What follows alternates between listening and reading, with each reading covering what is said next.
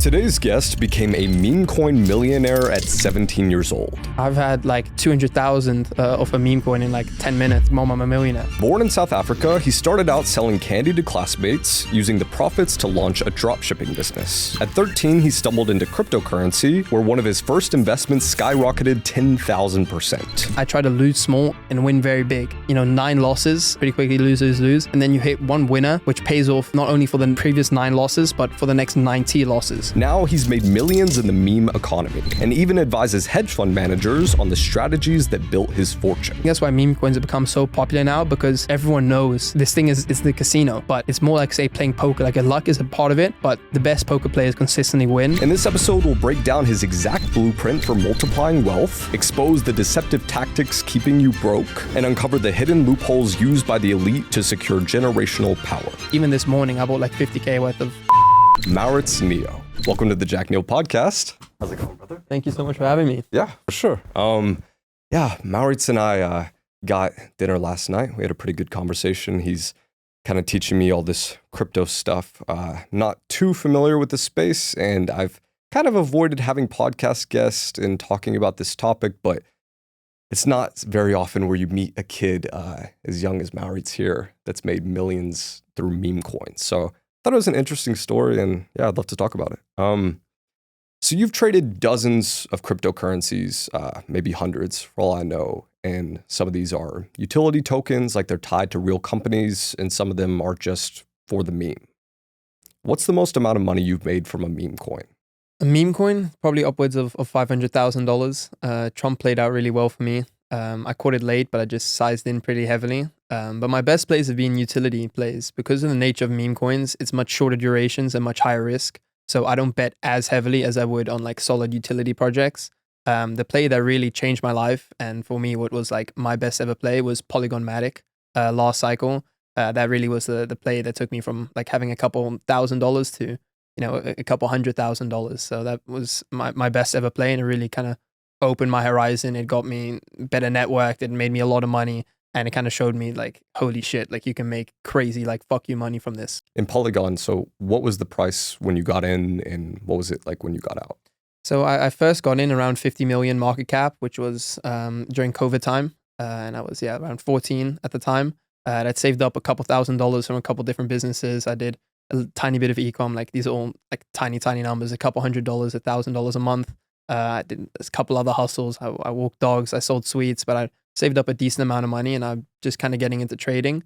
And first, of course, I'm looking at Bitcoin. I'm like, okay, what is this? Then I saw like, okay, like I believed in this, but it was already worth, at the time, $6,000, $7,000. And I thought, okay, maybe this can go 5x, but then, my $1,000 goes into $5,000. Like, it's good money, but it's not what I'm looking for over the course of the next year.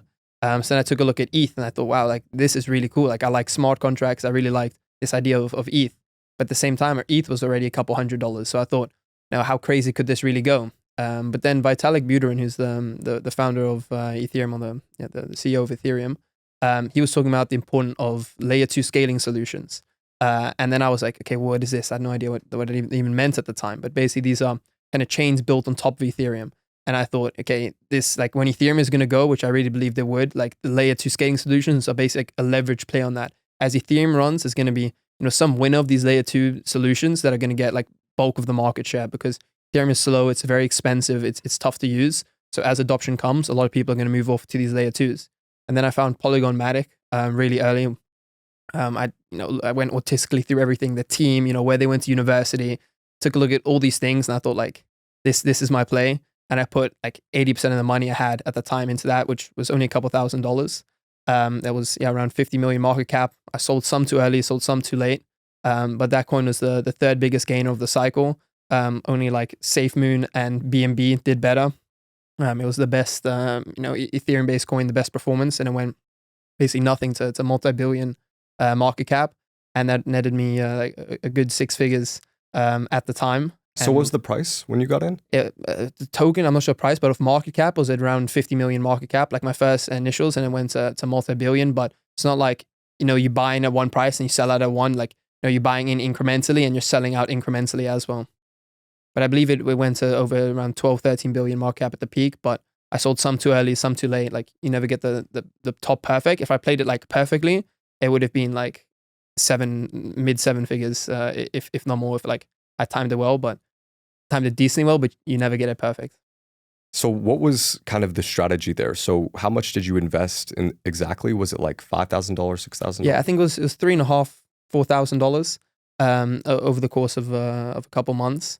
You're trading in and out and you're taking the position back. But I believed in the underlying ecosystem of Ethereum.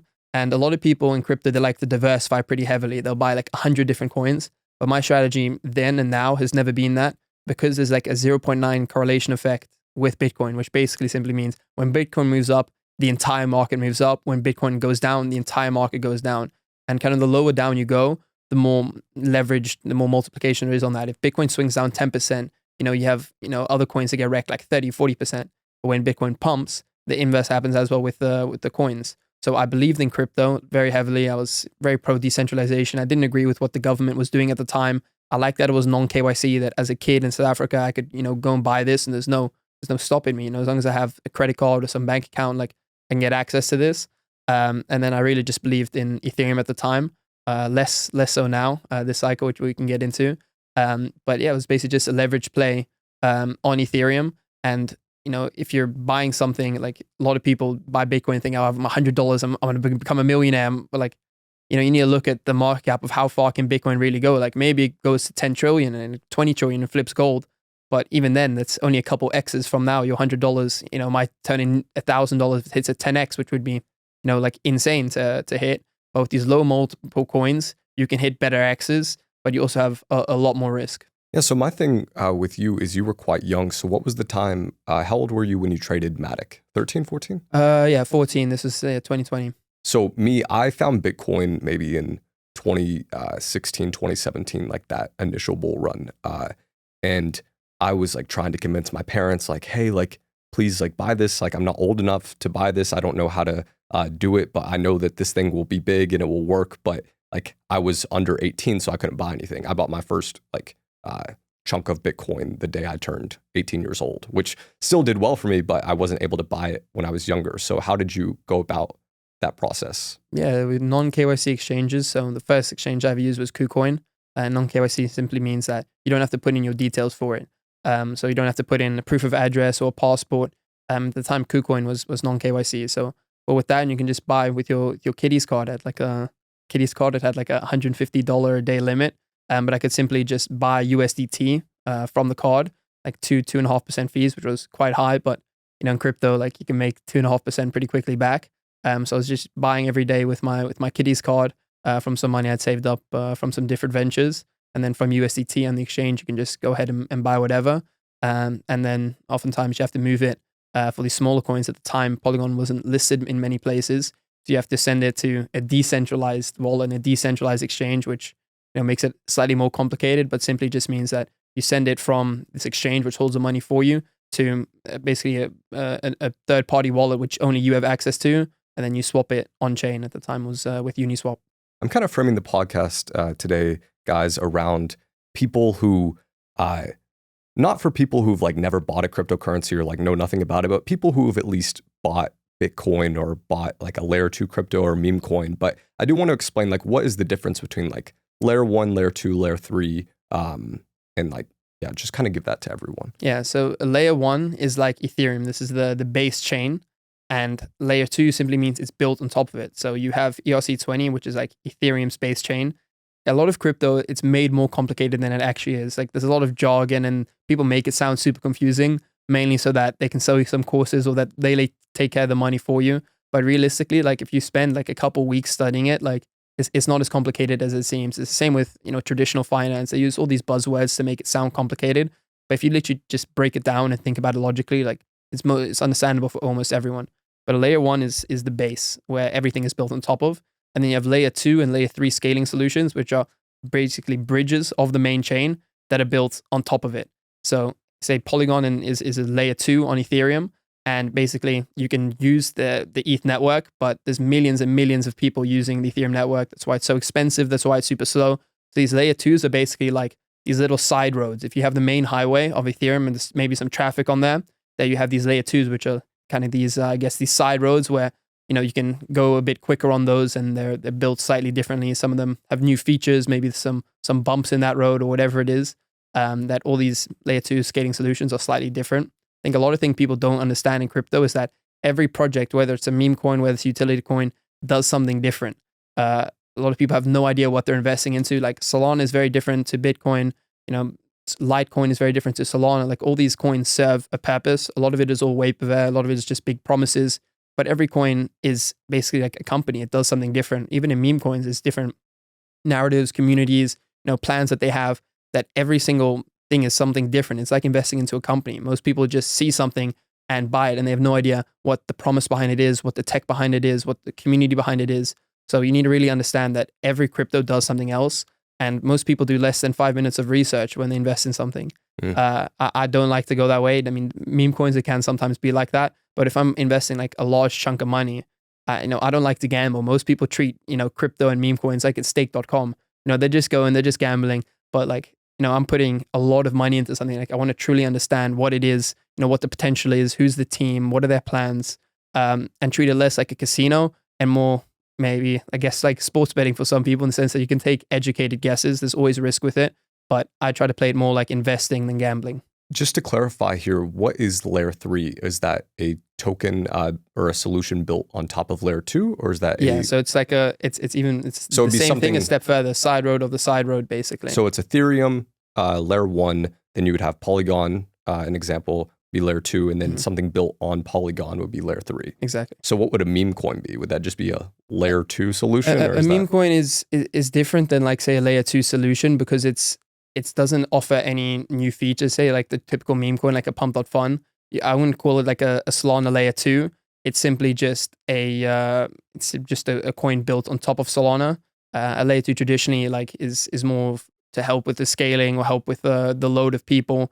I wouldn't call a meme coin a layer 2, but every meme coin is also bound to a chain. You have say like Brett on Base, and you have say Dog with Hat on Solana, or Sheeb is on ETH. Like these big coins are built on top of the main ecosystems, but I wouldn't call them layer 2s. And then Base is Coinbase's? Base is similar to ETH in a lot of ways, but it is its own unique chain, but they don't have a native token. So like Solana and Ethereum, they have the ecosystem is fueled by the token. You pay the fees in the token. If you're swapping Ethereum to Shiba or whatever it is. But Base doesn't have a native token, but they're ran by Coinbase. So they already have money and backing that they don't really need a native token. So there's less speculation, and it makes it kind of evergreen, because if Solana is getting wrecked, the entire chain is getting wrecked. But Base doesn't have its own native token. So you have the ecosystem is rather just fueled by Coinbase. And then Bitcoin, nothing can be built on top of Bitcoin? It can be, but it's extremely slow and extremely difficult because the tech is very old. Like Solana is kind of last cycle's tech and being innovated a lot in the bear market. But Bitcoin is 2009 tech. There are protocols built on Bitcoin. There's never been kind of a meme season on Bitcoin, simply because it's extremely complicated and it's decently expensive. You have projects like Core that are built on Bitcoin. You have a few protocols built on, but it's just not a chain that's built for other people to build on. Solana's opposite. Solana is meant to be like the main highway, and they make it very easily to build and super cheap to build on there. That's why the meme coins are mainly on Solana at the moment. What's the most amount of money you've made in the shortest amount of time? I've had like 200,000 of a meme coin in like 10 minutes. I think I've posted that on Twitter. It's like you get these massive fluctuations. And at the time I was sniping something. So it basically means that you have these coins, and the basic pump fund model is that it goes up to, now it's like 85, 90K market cap, and then it hits something called bonding. So a project gets made, and then people buy in off pump fund, and then it goes through this process called bonding, which is basically where it migrates from being on pump fund to going on chain. And it sounds more complicated than it is. It's basically this little period of like 2 minutes, sometimes can take a bit longer, where trading isn't allowed, and it's as the token is being moved from the liquidity on pump fund on chain. And so it sounds like a lot of jargon, but basically just means this 2 minute period where no one can buy, and then all of a sudden the floodgates open. So when you have these big projects, they get very quickly bundled by the team on pump fund, and then as these floodgates are closed, a bunch of people are waiting to go buy this project now, and they can oftentimes they tweet the CA on Twitter during these 2 minutes. So as soon as these floodgates open, you have a bunch of people that line up to buy, and then you have this process called sniping, which is basically where you have bots that like spam transactions. So you can be the first one when the floodgates open, and you pay a high fee. And at the time, it was a good coin, so I paid like almost $5,000 fee to be one of the first people in. So I got into the coin at like 110 market cap. I was like one of the first 3 transactions that went through, and then like in seconds, it was at like multi-million market cap. And yeah, it was a good 6 figures. I think I round tripped a lot of it. But that was like instantly, like as soon as a snipe, like time I hit my first research, it was already like 100K up, and then kept it running for a while. So how much did you put in? I think I had a $5,000 bribe for like only like $1,000 buy. So you have these sometimes people pay like super hyped up launches. People pay upwards of 10, 20, 30K, sometimes even 100K, because the more you pay, it's called a bribe or a transaction fee. Basically where you pay the network a priority fee, and the more you pay, you get put ahead of everyone that put lower pays, because all these networks, that's how they make money, is from transaction fees. And that's how they prioritize it, or is it who was first? No, it's whoever pays the most. It also has to do with speed, but mainly it's the bribe. So when you have, as the floodgates open, there's basically a guy that stands with a ticket and he looks for, okay, $5,000, $10,000, okay, sold. And then the $10,000 bribe will come through, and oftentimes your bribe is bigger than your actual buy, because when you're getting at these low market caps, even putting $1,000 in at like 100K, you're buying 1% of the token, which is like quite a lot. Any wallet holds more than like 3-4%, becomes difficult to sell. People try to avoid the token because having these tokens are very low liquidity. So if you're having like 3-4% and you decide to sell all of it, like you can wreck the chart like more than 50%. So if you have these, sometimes people buy like 17% off bonding, it kind of ruins the project entirely, and you can never sell. And it's all like you would never sell in one clip. And as soon as you start offloading, people can see, okay, this whale is now starting to dump. So they all like kind of dump as well. So you only actually get a fraction of what you'd get. So some people snipe with high priority fees on multiple wallets. So you pay like $5,000 bribes on like 5 different wallets and buy like 1,000 on each. So there's a lot of that, because you don't want too much control supplied by single wallets for multiple reasons. It makes it very difficult to offload.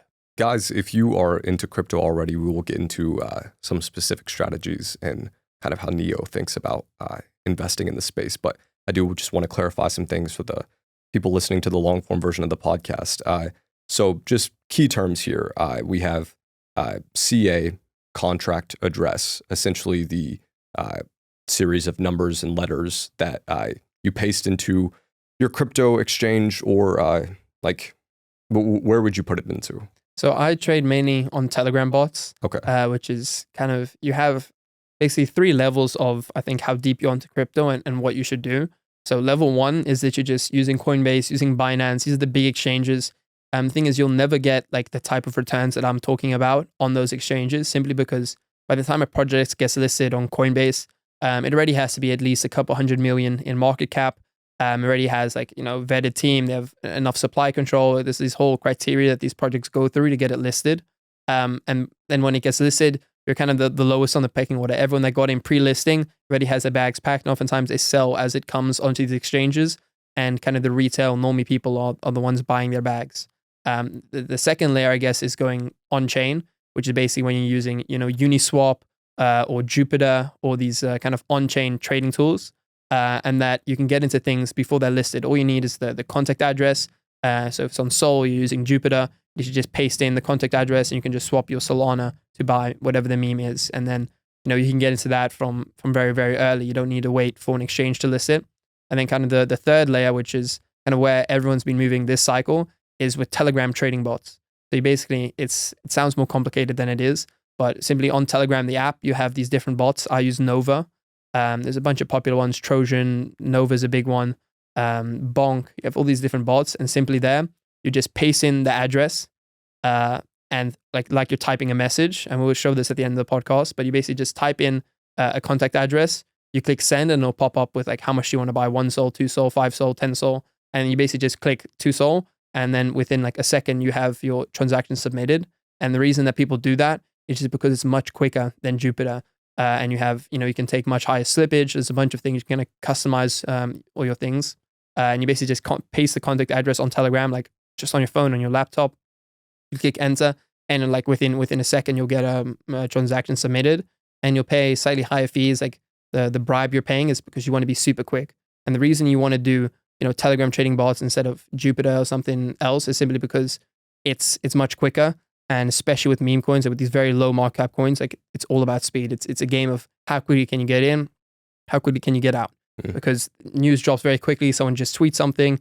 The Twitter account gets banned from the coin. Like that drops to 80% in a couple of seconds. So you want to be able to jump ship very quickly and be able to get in very quickly. And simply the retail people always use, like the higher up the chain you go, if you're going with Telegram trading bots, you just have much better odds than if you're just buying off exchanges. It also depends very much on your trading style. Like if you just want to buy Bitcoin and ETH, only do that on exchanges or on cold wallets. But if you really want to do like meme coins, you should have Telegram trading bots, or at least like be using Jupiter and stuff. Yeah. Yeah. What's the easiest way to lose money in crypto? Like, who are the people that are losing consistently? Like you've kind of mentioned it already, but I just kind of want to hear, like, to the audience, like these are the people that are commonly losing. Yeah. So it was actually like last week, there was a study that came out from on Pump Fund. 85% of people lose money, 10% are around break even, 5% make like a little bit, and there's like sub 1% that make all the money. And these are oftentimes just the best traders, people that have the best tools, that have the best information. The people that lose are always the retail people, when... And define retail? When housewives and taxi drivers, start getting into crypto, like a lot of meme coin is retail in the sense that it's guys that work, a job, and afterwards they're going home in meme coins. You have people that are like full-time in crypto, say like me, but you have a bunch of people that make good money that are retail in meme coins. But you kind of have tiers to it as well. Like, if you're just buying meme coins on exchanges, like you're probably the highest level of retail. By retail, I just mean you're not familiar with the ecosystem at all. You're playing with little sums of money. You're not super familiar. You're a very emotional trader with FOMO. I think a lot of people enter, the reason that I've lost the biggest times is just when you're trading emotionally, when you have FOMO. So you see some people talking about some coin, it's absolutely skyrocketing. And when you enter a trade emotionally, that you're like, oh, this is going up, I don't want to miss it. You're kind of emotional throughout the process because you had no logical reason to get in. You have no logical reason to stay in. So if you're emotional as you take your position, all of a sudden when things go down, you're like, oh, what's happening? Or when things go up, you're super excited. But if you had some like, okay, this is going to play out, this is why I'm buying this coin. Like you have a logical reason. Okay, I'm buying this because I expect this to happen. And then, this is how it's going to play out. And if it doesn't happen, it's very easy to sell your position because it didn't play out and it's not looking like it's going to play out. You can sell your position. And once it plays out, you're like, okay, this is the price it's gone to, step out. But when you have no logical reason to step into the coin and you just throw your money in, all of a sudden, it doesn't matter which way it goes, like you oftentimes lose. And people can go up like 10,000%. I've seen people like on a coin turn $1,000 into like 500K and they'll round trip it back down and they somehow will lose money on a coin like that. I think at some point... What do you mean by round trip it? Round trip basically means that you buy, you go up massively, and then it goes down and you didn't take any profits. And they'll ride it back down to zero basically, hoping for another bounce. And, I've been there plenty of times. In the beginning, I used to that happened to me a lot, but now I've kind of got fixed rules in terms of selling out on the way up. Yeah. So I'll sell like 50% always at 2x. It doesn't really matter what the coin is. I'll take my initials out. As soon as the coin doubles, it limits my upside, but at the same time, makes it much harder to lose money. Like I'll never be able to lose money on that trade anymore. Like I've taken, say I put 100 in, when it's worth 200, I take 100 out. So my initial 100 is completely protected, and now I'm in that position for free, which lets me ride the rest much more aggressively because I'm no longer worried I can't lose money anymore. So I can sit that and be quite aggressive with that and let that ride up pretty heavily. But I like to take profits incrementally. Like I never recommend buying all in at once or selling all in at once. Like I buy in over the course of either a couple minutes if it's meme coins or if it's a bigger position over the course of weeks. And the same with selling out. I'll sell like 25%, 25%, 25% instead of just clipping all out at once because you're better off, like you're never going to time the top perfectly. You're better off kind of scaling out on the way up. And if it is a dip, like at least you took some on the way up before it started coming down. Yeah, so it seems like you have a system that's kind of mathematical for buying and selling the coins. But what types of narratives would trigger you to sell your meme coins, or what's your system for selling meme coins? Like you sell those 25%, but is it based on like, it's not chart analysis. I know you're not that type of person. It's more like you're looking at someone's Twitter. You like kind of know the emotions behind certain tweets going out. You know the emotions behind certain news going out. What's kind of the process? Yeah, I think some people are so stupid that on 15-minute meme coins that they're doing technical analysis. Like technical analysis barely works in traditional markets, like let alone meme coins. There's way too much volatility. And when you see people like, doing some stupid drawings on like 15-minute-old pump fund charts, like there's zero like technical analysis you can do there because it's so emotional based. It's not logical based with meme coins. So it becomes very difficult to predict. With stock markets and stuff like that, you have, certain patterns that play out because it's very algorithmic, all the trading. But on meme coins, like, it's people's emotions. Coins can go higher than you would ever expect and can fall quicker than you could ever expect. So I stay away from technical analysis almost entirely, unless it's like a project that's been out for a while, like maybe like a complete blue chip, then somewhat. But you need to understand that you have different narratives that play out in crypto. So you have these short trends, and by narrative, I just mean something that's, current right now. You have, say, a political meta during the election. You have, Joe Biden coin go to a couple 100 million. You have all these political coins that go around because it's all about mindshare. Meme coins are just monetized attention. So when you have these big events that play out like elections or, like the Luigi Mango, like when that killer went out, like that was one of my best plays. Like he had a coin named Luigi and that ran like multiple 100x's. Just current events always play out in crypto. So if you're very early to news, it plays out super well. Like right now, as we're talking, CZ, who's the owner of Binance, he's like, should I tweet the name of my dog? And as soon as that happens, there's going to be a meme coin about CZ's dog that's going to run like multiple 100x's. And people overcomplicate it massively. How are you not checking your phone right now? Because he said I'll tweet it tomorrow. Also, and I sent, in case he does it early, I actually sent my friend 10K to throw in for me. So oftentimes, yeah, I was worried about this podcast because Kanye has been tweeting very aggressively the past few days, and I was like, I feel like Kanye's going to drop a coin while we're doing this podcast, and Maurits is going to be here checking his phone, trying to get the ticker. I'm sitting when I'm back home, like I'm sitting behind my laptop for like 12 hours straight. And then I'll go to like the sauna for 30 minutes and then like, multiple 100 million runners spawns right there. Come back to my PC or relax. Like, fuck, how the fuck did I miss this shit? But yeah, I think a lot of people play crypto like a single player game when in reality it's a team game. There's only so much research you can personally do. And the best plays are as a team. Like you have different people researching different things. I have a bunch of friends that have wallets of mine. Like say the coin drops right now. I'm not going to miss it. Some guy that I know very well that I trust with my money. I mean, there's people I've never met in my life that have like 6 figures of my money just sitting in case something happens. Like, I don't even know these guys' real names. I know their Telegram ads. So I've been scammed like multiple times. We can go into that. But there's people that I trust, even though I don't know who they are. Like, I hold some money for them. They hold some money for me. And if I'm busy doing something and they text me, I'm not responding, and they see some runner, they have some money for me that they can just throw in. And I trust them. If they lose the money, like it's still my fault. And oftentimes I just come back and some guy will send me like, oh, hey, I put 10K of your money and here's 70K. Like, like shit, I was sleeping. So you have things like that happen. And when you play crypto as like a single player game, it's very difficult because it is like team play. There's only so much research you can personally do. And the main thing that, makes you the most money is what they call alpha, which is basically like some information that somebody has. And it's oftentimes like, hey, CZ, like I found this old article where he's talking about the name of his dog, where you have this information that's difficult to find, but it's out there. And alone, it's hard to scavenge the internet to find the name of some guy's dog. But if you can, okay, the name is Bob, whatever the name of his dog, just throw some money into Bobcoin, and they're putting in the chat like, hey, I found this article. When you're playing alone, you miss a lot of the field. When you have like 10 people looking at all these different angles, you can cover a lot more. You can see exactly what's happening. You have, tracking different wallets. Because of the nature of crypto, everything is very transparent. So you have these very good traders that their wallets are public. Some are, public figures, but some are just, you don't know who's behind the wallet, but like they've made $7 million this month with like an 80% hit rate. So you can see, okay, when that wallet is buying something, you look at, hey, well, like, what is this? A lot of people copy trade. That's how you get wrecked. But when you see a couple wallets that I'm tracking, like pinging on this coin, I'm like, yeah, well, what's this? Why are all these guys looking into this? Then take a look. Okay, what is this coin about? What's the narrative? What's the team? And then kind of go into it from there. Yeah, these whales or people who've been quite successful at trading, do they have like multiple wallets? Do they have thousands of wallets? Like, are you really able to track someone who's winning? In some cases, yes. In some cases, no. Some people have like docs wallets, like oftentimes big creators and stuff. It's very easy to find someone's wallets from coins they've talked about. from if they post P&Ls and stuff. And some people switch wallets really often. Some people don't like people seeing what they're aping.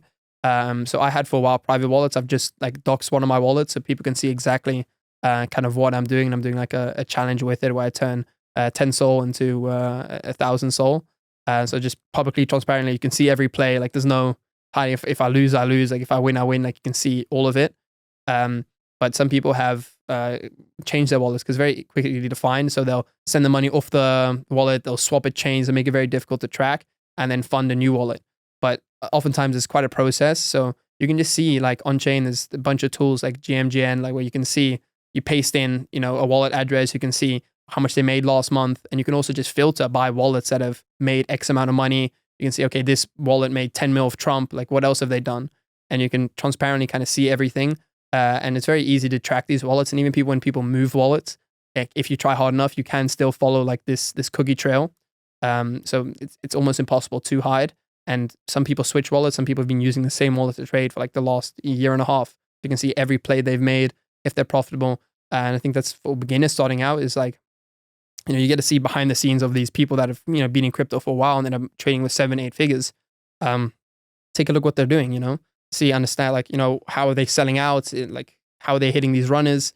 You can see all of it transparently. Like, there's so much data to get started. I think that's why crypto is so much better to get into than, say, stock trading or Forex trading, simply because everything is super transparent and there's way more upside. Like in Forex, I've never seen someone take $1,000 and turn it into like $1 million, where I know plenty of people and I've done that myself in crypto. So, you have way higher risks. You've turned $1,000 into $1 million? I mean, yeah. I mean, over the course, not in one play, but over the course of crypto, yeah. Like, so you never made, like, how much money have you made outside of crypto prior to, let's say, the past 3 years? Very, very little, to be honest. Like less than 10,000? No, probably upwards. Because I ran in the bear market. I ran like a content agency for a while, and I was doing like $10,000 a month with that, like with okay margins. Maybe outside of crypto, maybe a total of like 70, 80K. But oftentimes just put that back into crypto.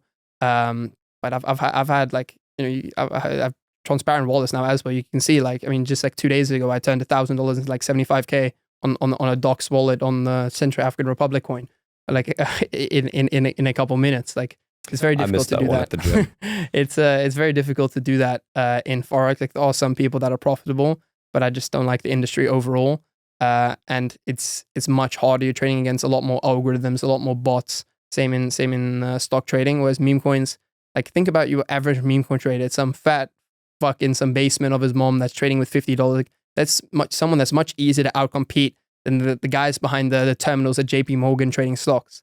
It's like it's a PvP game regardless. Like, do you want to be PvPing against oftentimes, young teenagers or idiots, or trading against me? There's the meme coin markets. You have a less high caliber of people that you're going up against.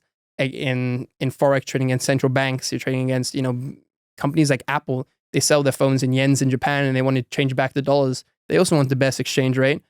That's all that Forex is. And the same with, with stocks, you have, companies and insiders, and you have all that there in meme coins as well, but it's all on chain. Like, you can find and see these cabals, these, people often complain about like insiders and things like that, but it's all transparent. Like, you can see, okay, this coin got super early into these 5 projects. Like, the next time they buy something, like, you can see that as well. You can follow the insiders.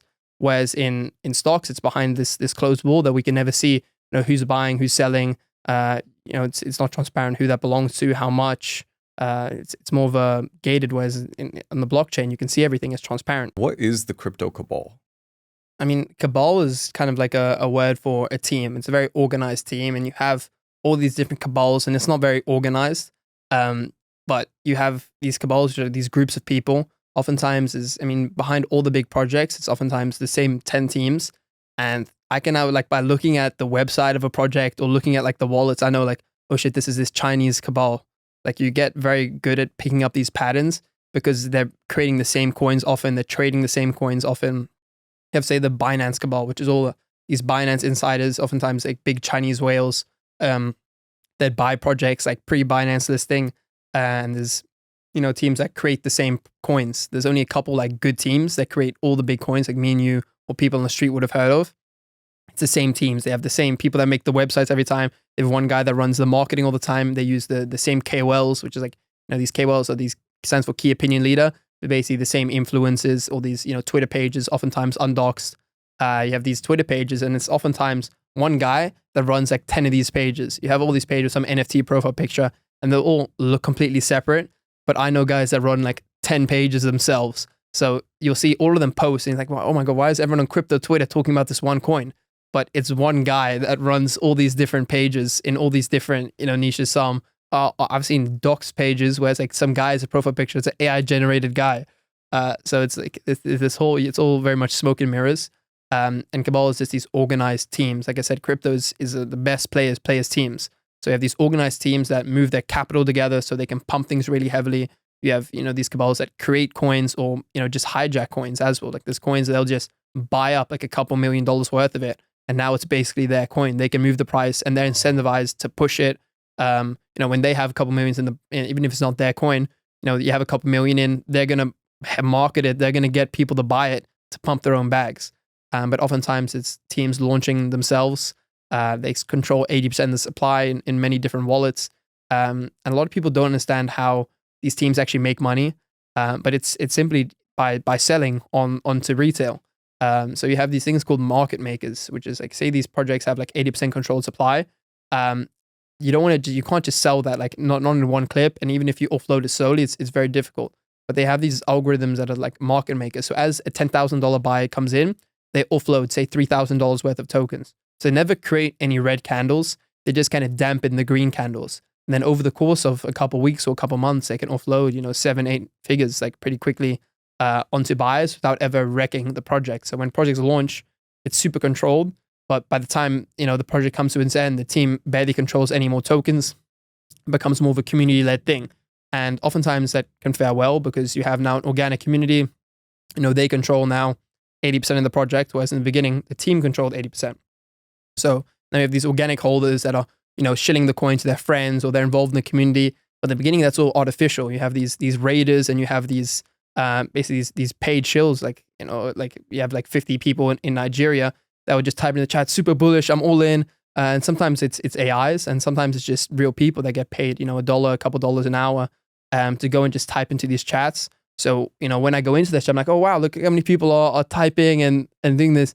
And even when you get when you're in the space, like I know the same Telegram account of some guy in Nigeria and he's in like 30 different groups that I'm in common with. I'm like, these people aren't like real community members, but they create this front that as, for a real community form, you need people in the chats typing already. It's like you don't want to be the first one on the dance floor. When you join a Telegram chat for a new coin, there's already people in there typing, being enthusiastic about it. It's like when you go into the club and there's already people on the dance floor, like, okay, it's pretty easy for you to go join. But you never want to be the only guy sitting on the dance floor. So in the beginning, these teams artificially create like these chats and they have all these holders that are talking, they're talking about it on Twitter, but none of these are real people. None of these are their real opinions, at least. It's all these paid people and they create this facade of this big community. People are like, wow, this community is great. Let me get involved. But in reality, everyone else is paid and, you're the only real person going in there and they're there to take your money.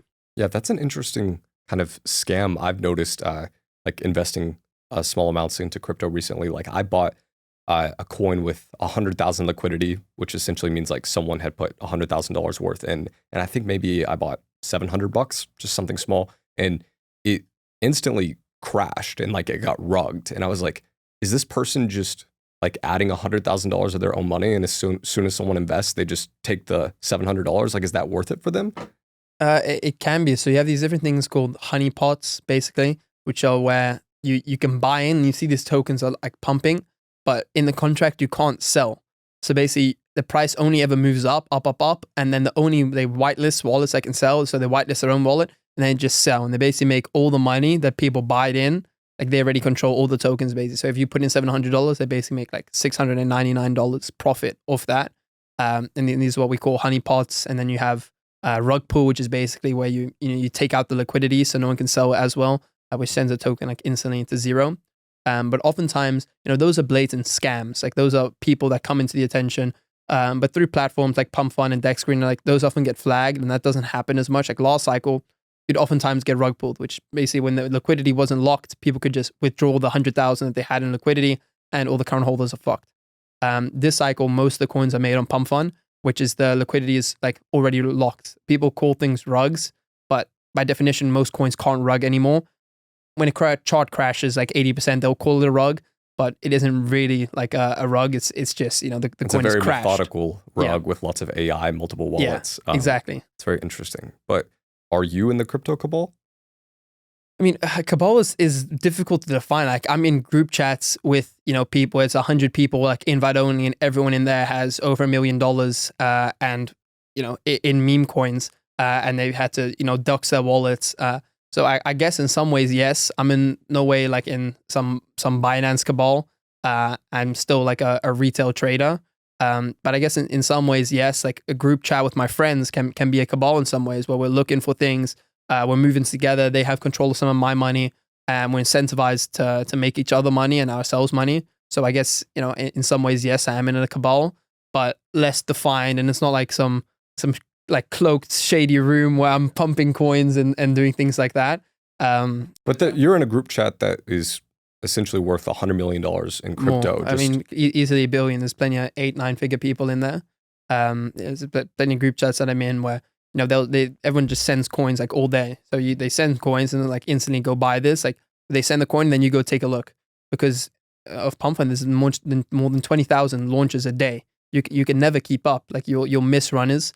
But when you have a team of 100 people that are all very smart people that have a lot in crypto, that have been in crypto for years, and as soon as you send a bad coin or do something, you get kicked out. So it becomes like a self-filtering process that it's difficult to get in, and once you're in, it's not worth it to send a rug or something bad, because you missing out on all the future plays would have cost you more than the couple $1,000s you've made by scamming some other people in the community. So over time, like you get rid of all the bad people in these groups, and you get left with like a very good group of 100 people that know each other. Like I call with these guys every day. Some people I don't know their real name. Like I'm Docs and my profile picture is me. But there's some people with profile pictures of some NFT that I don't know, that I sent a lot of money to, that have made me a lot of money, that I've made them a lot of money. And these people I would consider friends. But I've no idea what their real names are, where they're from or anything. Some people sit on voice changes like on the chat. Some people are very methodical about keeping their identity in crypto, which makes sense. It has downsides of being public in crypto, which I'm aware of, and I've taken a lot of risks by doing that. But yeah, I guess somewhat, part of a cabal. So you're 18 years old. You're the youngest guest we've had on the podcast. So congrats on that. Thank you. Yeah, how are you in a group chat with like multimillionaires, decamillionaires, centimillionaires, billionaires at 18 years old? Like, how did you get to this point? Yeah, so I think my journey is a long and one with up and downs. A lot of people always talk about my network and things like, oh, how do you meet these people? Like, it's not like I'm going out of my way to go network with these people, but once kind of you reach certain calibers and you do certain things, you kind of attract those people. And especially because of my age, I put myself in a position to be mentored by these people. Like last night we went for dinner. It was me, you, a friend of yours, and the multi-billionaire that was there that I've been traveling with. And this is someone that has way more money than me. They're much more successful than me. But I talk with them. I'm working with them now, and they're someone that has taught me a lot. Simply because I take off the right characteristics of someone that they would want to mentor. When they talk, I listen.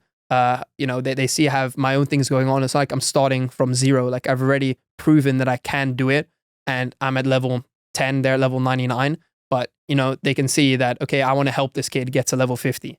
And because I've gotten from 1 to 10 myself, like they already know that I have the ambition for it, that I have the capability for it. It's very difficult for someone that's at level 99 to look at someone that's at level 1 and be like, I want to help them, because you need to help yourself first. But yeah, I got started really early, which is playing into my favor as much as I can say. Like I'm young and look all of this. Like it didn't happen super quickly. Like I've really been in this game for 6 years now. It's almost 7. Started at age 12 with kind of online business, did small numbers in e-com and some other things. And yeah, crypto for me has really been life-changing. Last cycle, and then I got scammed and lost a lot of my money. And then I started my agency, and I was doing a lot in the bear market, because I always knew this recent run was going to happen. So after I lost practically all my money, I had like 2 years where I need to get as much money as possible. How did you lose your money? So towards the end of the last cycle, this is in 2021, I'm 15. I have almost I had 500,000 and down to like 300,000 because I got scammed.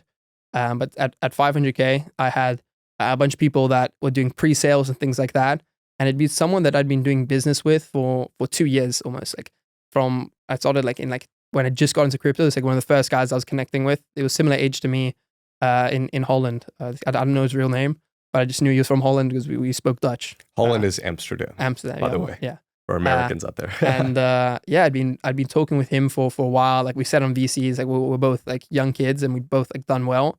And he had this pre-sale for this coin that is running, and it was like he created like it was such a good scam. Like I don't fall for scams easily, but I think I was just blind because I trusted the guy. And he was working on this big project. He's been talking about it for like upwards of 2 months. He showed me all these things that he was working on, and he was gonna basically run this project. And then I gave him a good chunk, like 200K that I sent him without ever knowing his real name. And it wasn't the first time I'd done things like that. Like I'd sent people large sums of money of people that I trusted, and sometimes it turns out well. But this was right as the peak of the market, and he never like went through it. He just disappeared with everyone's money, including mine. Blocked on Discord, and there's nothing more I can do. I didn't have him on anything else. That completely gone. That was rough for me because at the time, like even that it's a shit ton of money. At the time, it was like almost half my money.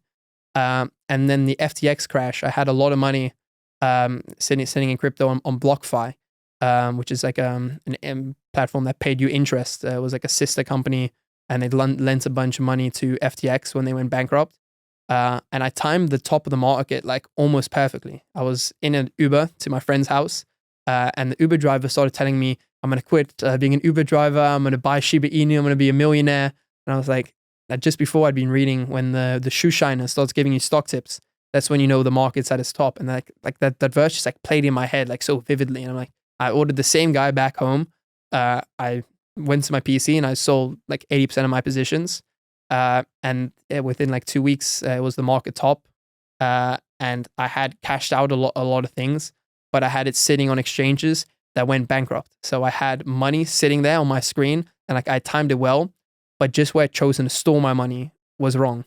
So I knew like, okay, this crypto is going to fall apart. And I just had all in stable coins. Had a lot in Luna stablecoin as well, which also went to shit. And so I had a bunch of this money in stables, and it became just numbers on a screen. Like they would just disabled withdrawals. So I had my money there. Like I wasn't able to access it or anything. And I basically lost, like I had maybe a couple $1,000s left. I lost basically everything overnight. And with the same people that like told me to get into BlockFi, a lot of these big YouTubers, like even people you've spoken to, they recommended this product. And I was so heartbroken. I was 15, 16 at the time. And I'd spent like the last 3 years, like every day I was like, trading. I was in these VCs. I was, typing in the community chats. I'd made a good amount of money and lost it practically all. Like both this scam and this FTX thing happened like at the same time, like very, very close to each other. So I went from having like so much money that like I wasn't buying much, but I liked the idea of like I could basically buy anything I wanted besides like, houses or cars and stuff like that. I mean, as a kid in South Africa with, that's a lot of money. It's almost like 10 million rand of the local currency worth, and like almost $500K to having a couple $1,000s in like the course of a couple weeks. And straight away afterwards, I was like, I'm not getting this money back. Like there's no way, the guy's not going to send me the money back. FTX isn't going to magically like come back. So I just, kind of started fresh. That same morning, I woke up at sunrise. I went up to climb Lion's Head. I recorded a lot of this. Like I have videos on my phone where like it was me like crying and stuff like that because I was just fuck, this was so bad. And then just the next morning just kind of snapped. I went up and I like meditated at the top of a mountain. It sounds like some crazy shit, but I like meditated at sunrise, and I was like, I'm gonna make this all back. Like the bull run's gonna happen again. I need to make as much money and as much connections in the next couple of years that I'm well prepared for the next one, and I won't make the same mistakes again. And then I kind of got into more of the person brand stuff at that time. I went with the content agency. I was just trying a couple different things. Nothing ever made me as much money as crypto did. But I needed to start fresh, and it was very difficult to trade in the bear market because so many rugs, no good projects. There's no volume anymore. Like it was like last cycle, it was so easy to make money. I think this cycle much more difficult. Like if you know what you're doing, you still can. But like it kind of ruined my perception of money for a while because I was a kid that had made so much money. All of a sudden working a job for like, even in South Africa, earning like $5 an hour is like a good wage. Like that's not appealing to me anymore. I mean, I had times where I'm sitting there like every refresh was like a couple $1,000s, and I have to work for an hour for five. And I was, it kind of ruined your perception of money forever. So I kind of still continued with online business. I worked as a lifeguard for a little bit. And just kind of. You were a lifeguard after making hundreds of thousands of dollars in crypto. At Clifton, I've posted some pictures and stuff of it. It was mainly, I thought I would get girls by being a lifeguard. I thought it'd be like Baywatch. But reality, I was 16. It was more kicking old drunk people off the beach.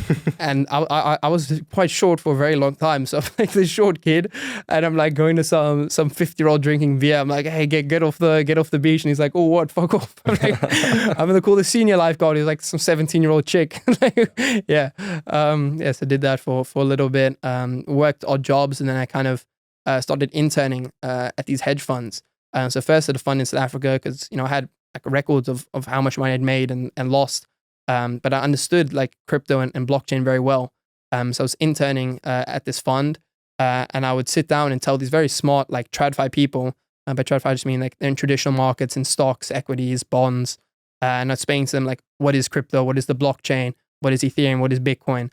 And I would be sitting there as this like 16-year-old like lecturing these people that are in most ways very much smarter than I am, but they just didn't understand crypto. So I explained it to them, and then they had an emerging markets fund, which is like basically a fancy way of saying third world countries, South Africa, Brazil, India, Egypt, and they took a small portion of this fund and they allocated it to crypto because of the prevalence of crypto in these countries, especially in developing countries. It's a way to make payments, it's a way to beat inflation.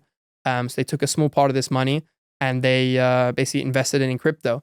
And I was kind of guiding them on how to do that. So how, which projects to look at. And I was organizing a lot of OTC deals, which is basically these big funds, like even today, they don't just buy tokens like you and I would. Say they want to invest in some project, they're not buying 50K from the market. They're buying 5 million, but they're buying it at 30% discount. They're not buying it from the open market. They buy $5 million worth of tokens and it costs them 3 million. So they make 2 million just on the purchase of the tokens, but the tokens are locked for a certain amount of time. There's selling rules on them.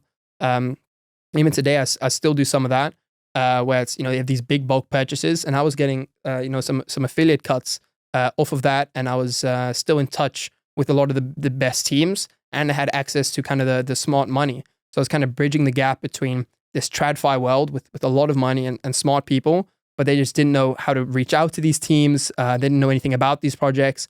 So I was kind of middlemaning that, and that was also crazy to see because I got to see kind of the inner workings of how these projects work. Like how do they raise money? What do they do with these tokens? Like what are the rules about selling? And then I also got to understand the TradFi world, like how they value investments. What are they selling for? What do they look at in these projects? What do they look at the founders? Because oftentimes these weren't meme coins; these were like utility projects. We'd sit down and we'd look and we'd pull up the founders' LinkedIn and stuff like that. It's like, oh, he has this post with a bottle of beer with his friend. Like we're not investing in it. It's like a $5 million deal would be cut out because there's a picture of like him and his boy like drinking a beer on their Instagram story. Like if you're investing big sums of money, they really like look especially at the team. It's the number one thing these funds look at is the team. So I kind of started, okay, like when I'm forming my own personal brand and when I'm posting things like, what do I avoid? I kind of got to learn what's attractive to them, what's not attractive to them. And these are things that are like invaluable to learn like as a kid. So I also was advising projects on how to appear good for these funds to invest in them. So I was kind of, being able to learn and play both sides, which not a lot of people were, because a lot of the TradFi people understood or were really tapped into crypto. A lot of the crypto people had no idea about, the TradFi world. And then I was working there at that fund for a while. Every day I would go to school and then I'd go to this fund for a couple hours after school and then back home. I wasn't getting paid like anything from the fund. I was interning, but I enjoyed it and I was learning a lot. But very quickly, my own content and the own agency I was running, which is basically just social media agency in very small numbers, took too much time. So I stopped working for this fund. But then the owner of the fund, who'd taken a good liking to me, introduced me to this very, very successful fund manager, a multi-billionaire. And he was like, hey, you need to talk to this kid. And I got on a Zoom call with him after a long while back and forth, and he dodged a few of my calls, etc.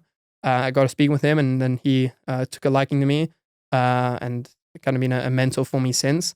And that kind of opened up like a whole new realm of, this was now a massive fund, and they're working with some tier one projects, and that's how I kind of got tapped into more of the influencer world. Is they had big equity stakes in these tier one coins, like top 10 coins, and they wanted influencers to talk about them. And then I started kind of brokering deals between them and some big influencers, and that's kind of how I got to kind of meet the influencer side of the world after knowing the team side and the smart money side. And I think those are kind of the three sides of crypto. And I've tried to kind of position myself, between all of them, that I know kind of the builder side, I know the influencer side, and I know the people with money like that really move the markets, which is kind of the VC and hedge fund side. How did you get started at the internship originally? I knew I was basically posting like a lot of stuff about crypto in Cape Town, and I was talking on Twitter or Instagram? On Instagram and on LinkedIn back then. And I kind of built a bit of a rep for myself inside Cape Town, as well as like at school. I was talking to people, and it was actually from a friend of a teacher that knew them. And I went to like a private school, so a lot of people with money around. So that's kind of how I got it started, was like through a connection of the teacher. And then I just met them, went for coffee, and then just kind of started talking and kind of organically built it from there. I guess we'll get into more how to make money with crypto specifically, but I think something that you've done an admirable job of is positioning your brand and yourself as a person of authority and a person that is connected. Like, what's your secret to growing your personal brand? I think it's just be authentic and have purpose with it. Like, my personal brand is very different to most people's personal brand because I don't have anything to sell. Like, most people with my level of following and with a personal brand curated like mine is, like, I could very easily launch an offer and probably do maybe 100, 200K a month, like that you're just doing coaching or doing courses. But I choose not to for reasons that we can get into. But I kind of position my brand as it's a net loss for me. I pay editors. I film some pretty crazy videos. Like I have a run rate for the brand, and I don't directly earn anything, but indirectly meeting the right people, having the validation of still having a personal brand helps a lot. Like even in crypto, people have just seen some of my stuff, and it builds a lot more trust. If I were to have 5 followers, no profile picture, a lot of people in crypto do that, but it has disadvantages. Like me being a dox face, like Maurits is my real name. I show my face and everything quite publicly. It builds a lot of trust, and I'm building my personal brand to build a $100 million company from it. Like I don't aim to sell courses and make 100K a month. Like I don't need the money for it. So I aim to kind of build much more longer term. And I think the secret to building, I was doing like 20 million views a month on short form. And so I understood the short form side really well when I was running the content agency as well, because I was doing it for clients. I'm like, fuck, I might as well do this for myself as well. So on that side, it's all about watch time, optimizing and having a purpose for the person brand. I think there's a lot of information about how to get videos to go viral. And you know that really well with all the pages you've ran up. But I think that aside, you need to think, why do you want to go viral? Like a lot of my old videos, like I don't even enjoy that. It was a lot of lifestyle stuff, like edits. Like I don't enjoy posting that anymore. And I just try to stay away from it as much as like that could do really well. Like I can get 1 million followers on my Instagram really quickly, just spamming out those type of edits, because it worked like a young person. And all of a sudden you see these crazy cars, these crazy people. Like I could, get that out, but I don't really like the association that comes with that. I don't enjoy posting the lifestyle content much. So now, like, I haven't really posted on Instagram and TikTok for a while. I'm got like 400K followers between them, just kind of sitting. Twitter's been where I've been more active. YouTube. You also need to think like what audience you want to attract. Like when I was posting those edits and things like that, like it was blowing up and I was getting a lot of views, but the views aren't money. Like I think the 20K followers I have on Twitter are worth easily 100 times the entire Instagram and TikTok 400,000 people. And especially when I'm not selling anything, there's no point of some 13-year-old to like, oh wow, I was inspired. Like I like that edit. There's no value in that to me, especially if I'm not selling them anything. So I'd rather connect with billionaires, with very high level people. And as much as kind of the info business is becoming way more normal, it's no longer has as many negative connotations. Almost everyone sells information now because it's a useful and a good business. Like I've benefited a lot from different courses, from different people that have sold courses, and I've been in a lot of them. But when you reach the highest levels, like when you're with these billionaires, and it's someone like I introduced you to yesterday. When you have people that have just $1 billion like liquid, they somewhat look down upon people that sell courses because they're still like old and traditional in their thinking.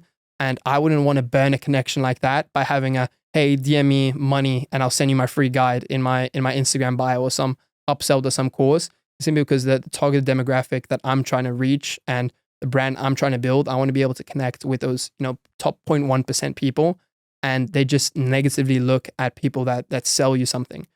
So it depends on my goals. Like if I really need the money, like I would go sell courses. Like it's a good business. I think it's a beneficial business. It isn't anything evil or bad.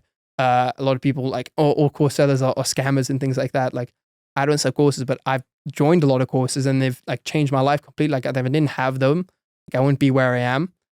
So I'm pro courses, but it's just not the path that I'm on. You understand the perception of the people that you're trying to connect with ultimately that they have of courses, exactly, or that they might have of courses. What are some other things like that you try to avoid? You'd mentioned seeing a photo of a guy drinking a beer. Like, I know you don't drink alcohol personally, but like, what are some things that you do to try to optimize yourself to connect with high net worth individuals? I think it's looking clean, but not trying too hard. Like you want a good like person brand, but you don't want it picture perfect. Like I see a lot of people and it's off-putting because of how thought out it is. And so if you look at a lot of the best people now, it looks super organic. So like I think Iman Gadzhi is the best person brand like on the internet. If you look at his Instagram, it's like, it's him joking around with his friends, like a silly face, and like the slides, some, show his lifestyle, some throw like authenticity, some throw a crazy watch or whatever it is. But it's like raw. Like it isn't, as much as it's definitely planned out, it makes it seem like it's not planned out, which works really well. And like he's the best in the game at doing that. So I think it's not trying like too hard. Like when I go to some people's Instagrams and it's like everything is like super HD quality, like perfect lighting, like the face is just perfect. It's too crafted, and people don't like that. As much as everyone's brands are crafted, you want to make it look like it's not, but at the same time still hit the right point. So it's a bit of a tough thing to do because you want it to display what you want to display, but it shouldn't like you're trying to do that. So having kind of the dumps, and if you go through mine, like I try to react this where it's a mix of lifestyle, of, cool people, of, like old screenshots from my notes app of like, 4 years ago where I'm like, I'm 13, 14, I'm writing like, this is what I was writing out goals that I wanted to hit. Like I want to make $5,000 a month. And I'm writing this as like a 13-year-old. And I have like all these old journal entries and things like that often post, which just kind of just show the journey. So I think that you need to be quite methodical about it. Avoid, alcohol and things like that. Like not only just feel personal brand, but like, make it real. Like I don't, like I have drank, but I don't drink. I've never been drunk like in my life. So try to avoid, things. And if you do drink, like don't act like you don't, be real with it, but, become a type of person that is attractive, for these people, have ambition, focus on education. All these very smart people, like they like the fact that I did very well in school, that I was a valedictorian. They like the fact, that I, not only have the make money side, but I also have, I've read a lot of books. I've been reading a book a week since I was like, 13 years old. So I've read a lot. I'm well studied on different topics. Things like that just make it more innately attractive for someone to want to, mentor you or reach out to you or get to know you. Yeah, I think brand is often underlooked and under talked about in the social media world because it's just all about how do you get more views? How do you go viral? But like you said, it's important thing. It honestly sucks to go viral, in my opinion. You can get a video with 3,000 views that makes you $100 million, and you can get a video with like 1 billion views that makes you like 10K, That's really interesting. And I think another thing you do for your brand, because personal brand is both your online presence and how people view you and just how people view you in general. You want to go to Harvard. You've applied to Harvard and some other Ivy Leagues. Have you got that decision back yet? Or are you still waiting on it? So I'll know in like about a month, like regular decision. I think it's around March. But yeah, I did super well in school, had basically a perfect SAT score. I did well, like education always came somewhat like naturally to me. Like I won math competitions and stuff when I was a kid. Like it's never been super difficult for me. As much as I did try, like especially my final years, like I didn't just like breeze by, but I had quite a good memory. So I was able to kind of study the night before, sometimes on my way to school, studying like in the car, and be able to get very good grades. I think a lot of people in the make money online space, very kind of pointy, like they're super against school and, that they're good at what they're good at. But, I'm not trying to appeal to the average person. I'm trying to appeal to the people that are at the highest calibers. And these people went to the top schools. As much as university is a scam in some ways, I do agree with if you go to an average university. But if you go to a Stanford or Harvard, a university like this, there's extreme value in that. Like not only the alumni network, but the caliber of people that are there. As much as some people that are just good academically, like you have really the top performers. Like there's at a school like 10,000 people. You have the top 10 people from Singapore. You have the top 5 from India. You have like really like the most competitive environments because it's so difficult to get in. It's like curated into like this ultimate group of people, and just the name holds a lot of weight if I ever want to raise money or whatever it is. Like I think I could do it without the university now because of the network I've made, but it still helps to have like on your CV that you went to Stanford, MIT, Harvard. So I've applied, so no guarantee that I'll get in. I have a good enough application to get in. Like I had the academics, the SAT, all the stuff, as well as extracurricular stuff. Like quite unique to have, publicly documented making this much money and all of this. Like that helps, I'm sure, getting in with the person brand that's attractive for some universities. But yeah, we'll see how it goes. But I think university is massively overhated on. Yeah, I think a big reason I've been so careful with my brand, like associating with certain individuals for so long and talking about different topics, opinions, was because like I started making content in high school and I was trying to go the route that you were, like get into these Ivies. And I was like, what do they not want to see? Like these opinions, these types of photos, these types of videos. So I think it's an admirable thing to do past that, because the same framework you use for getting into a top university is the same framework you should use for networking with high net worth individuals. Is there anything else that you find important for your backstory before we? Yeah, I think I want to make it clear that like I've been, doing this for a while. Like a lot of people just look at me and like, yes, I'm young, and they feel bad about themselves because of it. And I think it's the nature of social media is that you have this massive survivorship bias, and you look at all these people, you're scrolling your feed, and it's like this 21-year-old millionaire and this 18-year-old millionaire. And if you're sitting there and you're like 23, you're thinking like, fuck, like what did I go wrong with? But there's a massive element of luck involved in it. Like as much as I can say I worked hard, like I got super lucky with certain things, like being born into a good family where I was able to focus on business. Like especially growing up in South Africa, like you see like some people just start like 5-0 down. Like if you have, like I didn't have to ever worry about where the food's coming from. Like I went to a private school, like I came from a good family where I didn't have to worry about like the daily essentials. Like if you don't know where dinner's coming from tonight, it's very easy. Like anyone can make $1,000 online. Like no, not anyone can. Like, I've gone and I've chewed a lot of these underprivileged kids. Like you don't have Wi-Fi, and if you do, you're on some old Nokia phone. Like good luck trading on that. Like it's very difficult, especially coming from these Western countries. Like anyone can do it. I think you need to realize you're super lucky, like at the position you're at. Like regardless if you have access to like watch this podcast, like you're already doing better than probably 70% of the world. And you might like be beating down yourself because like, oh, this kid and he's making this much money and he's gonna be able to travel and do this. But like, you're on your own journey. I got lucky in a lot of ways. And even if you get successful at 25 or 30, it's still like super young. I think there's massive survivorship bias where you have these people online, everyone, puffs their feathers and pretend like they make more than they do. And for every, one of me, there's, 100 kids that tried something very similar, but just aren't at the same level yet. And if you don't make it at 18 or at 25, like you still have a long life ahead of you. So I think a lot of people kind of compare yourself to someone else and beat themselves up because of it. But everyone is on their own journey. Everyone had their own, things that have happened to them. Some people are just intuitively better at certain things. Some people had, more fortunate starting situations. Some people, started in worse situations they aren't, and had mental problems or whatever it is. Like there's a bunch of things that affect your journey. Like don't just look at like whatever someone else presents and like beat yourself up because of it. Yeah, what you're saying about survivorship bias is crazy. How many places it affects your life. A big one I see among young people that are fairly successful is like with hiring.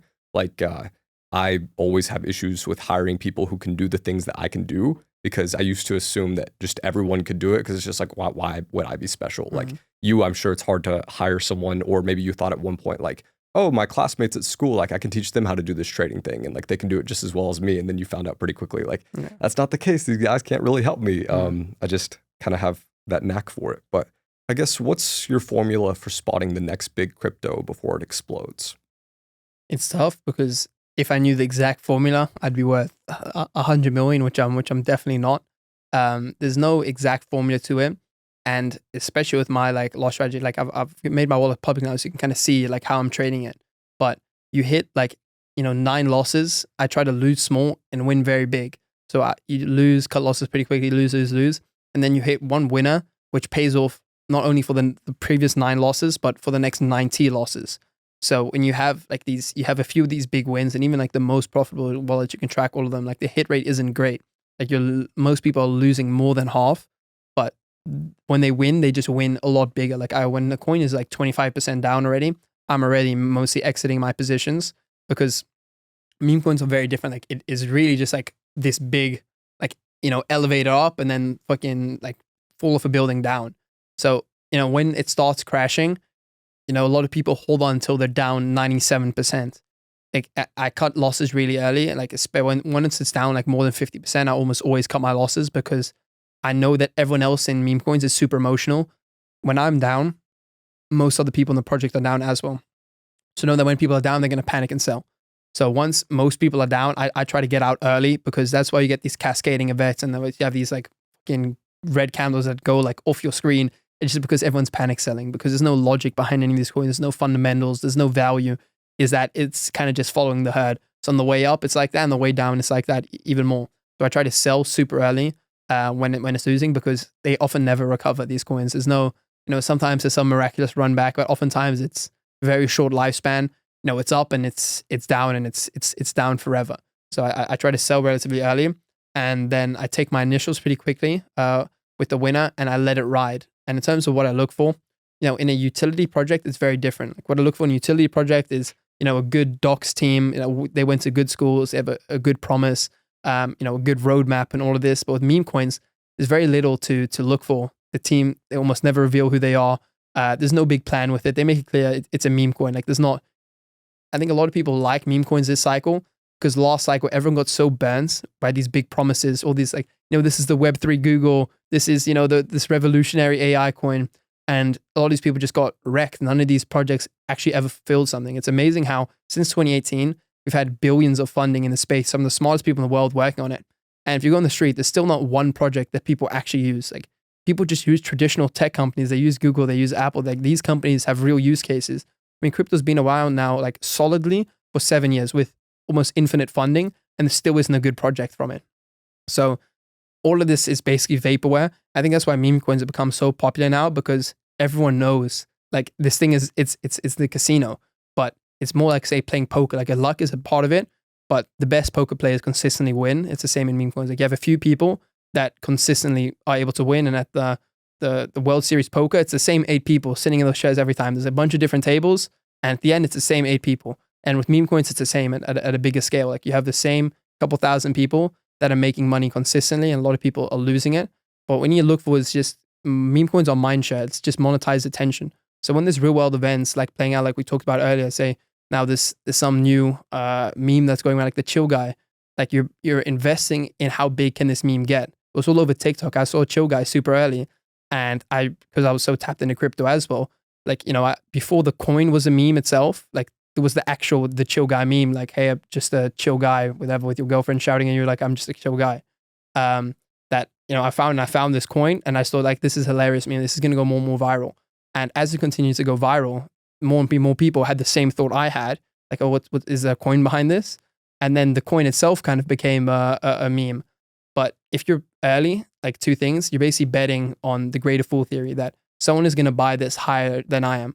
So it's all about speed and being able to spot trends super early. Like when you had the Luigi coin did really well for me, because I got in before he was confirmed to have been the killer. Like this was the suspect, and they had the picture of him. And I was like, if when it gets confirmed this guy's the killer, like hella people are going to go buy this coin. So I saw this coin like stupidly early, like pre-bonding.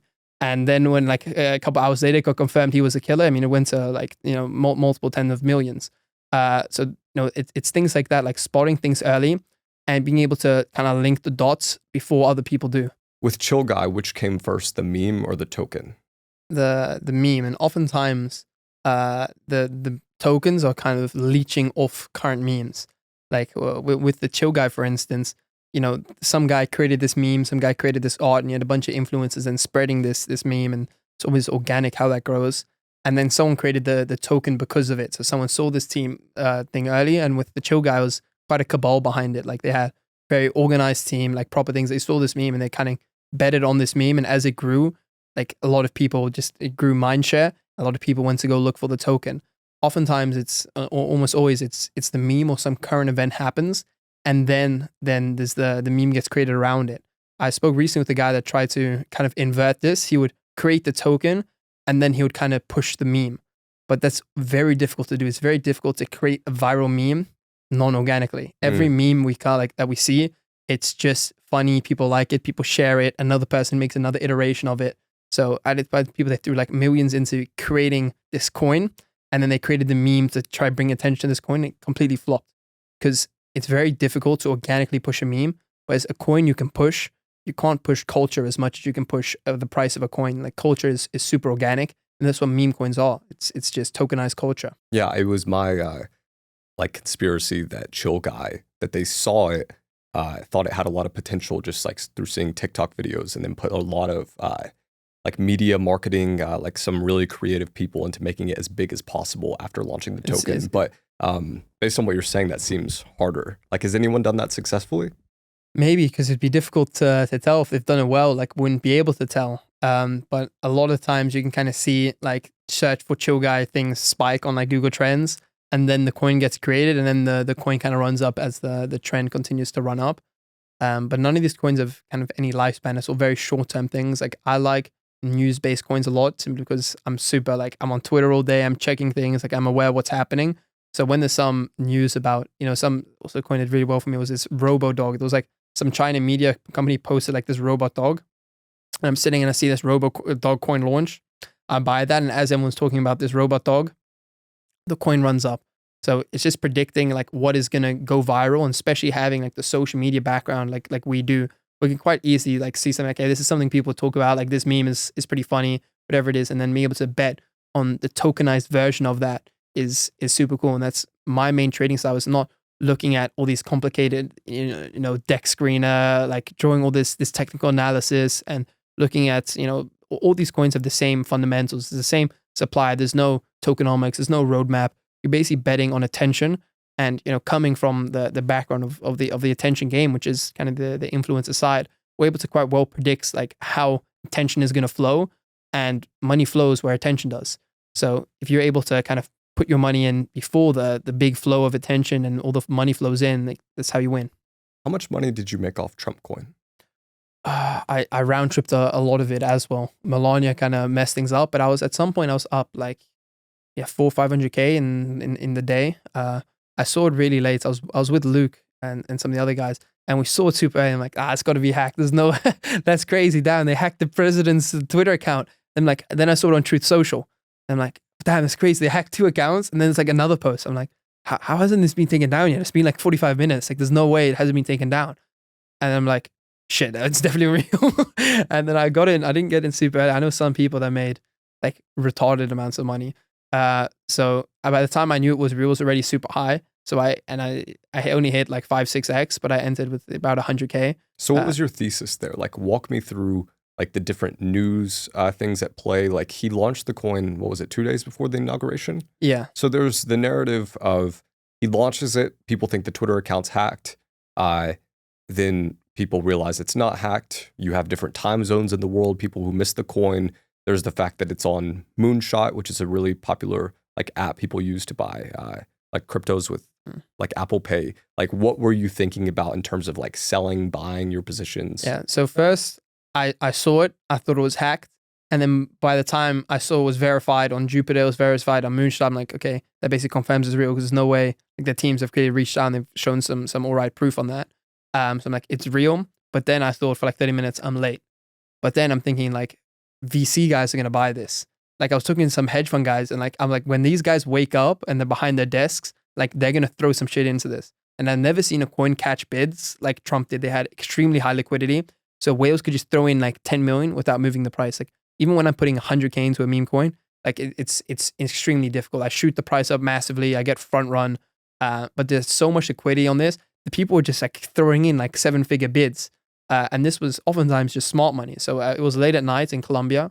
And I was like, I felt late. So I didn't go in. Like, I know guys that caught it earlier and they just put their entire net worth in. like, and they've just retired from it. Like they've made like 8 figures just from that. They sold super early and they just blasted in like $1 million, and they hit a nice 10x on it, and the route, and they're like no longer active in the chats. And it's like, fuck, these guys are chilling, bro. They're in Mykonos or something.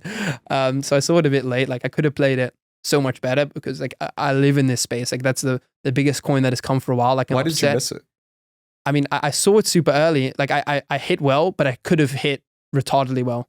Like I should have posted a 10 mil profit screenshot, which because it's like this is the biggest event that's happened in meme coins ever. Like the president launching a coin, and I live in this space. Like I should have done better off it. But like, what was the thing? Did you just think it was hacked? Like, why didn't you see it instantly? Or did the Trump coin launching, is that the moment where you're like, I'm on Twitter, I never sleep? Like, if I was, because I was in Colombia with Luke and the guys. If I was home on my PC, that would have been like at least like mid 7-figure play. But I didn't have my PC. I'm on my phone. I'm sitting at the dinner table. I'm like, everyone's laughing, joking about this. But I'm like, shit, this is like, no one could figure out if it was real or not. I'm like, surely someone, like, they kept it very well under wraps. Like usually when there's a big launch like that, there's already rumors and stuff spreading, but it came out of nowhere. So like they had it very much under wraps, which I wouldn't expect for a launch that big because people talk, but they kept it super, super like airtight. How about Melania? Melania, I did well with Melania. I did even like better like X's of Melania. But it just didn't run as heavily as Trump did. How early did you catch Melania? Melania, I caught it like, it was 1 billion market cap and it ran to like 12. So I caught that much earlier, but like the first Solana 5 network, minutes, 10 minutes? Oh yeah, first like 5. But because the playbook had already happened, people were much quicker to act. Like everyone that missed Trump, like they just blasted into Melania. And Melania, I sold like the top perfectly because I was just thinking at the time Trump was at like 50 billion and Melania was at like 10. I'm like, Melania is not 20% as popular or as much mind share as Trump is. So like this is just like a co-play. People were just buying Melania because everyone else made so much money off Trump. They were just like, it was the retrans for the thing that they messed up. So I sold that and that did pretty well as well. Like that week was in craziest week. I mean, if I was at my lap, like home, it would have been better. I was in Panama when Melania happened, like in an Uber.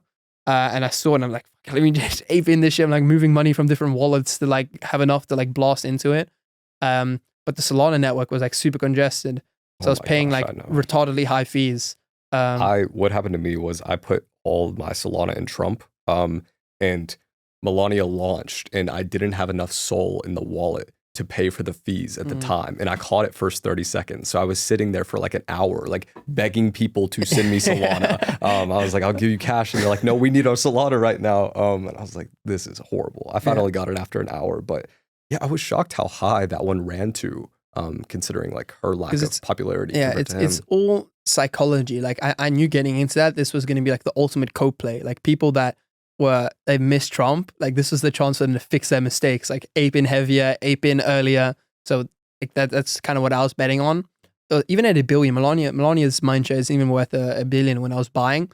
But because Trump ran so hard, it kind of made this massive room how far Melania could run. Trump went to 80, like could Melania maybe get to 20, get to 10? Like it created this massive like kind of room for it to run. Did you sell all your Trump coin and put it in Melania? Yes. And that's just because the psychology of everyone that bought Trump will buy Melania. Yeah, it was like a liquidity black hole on Solana. Okay.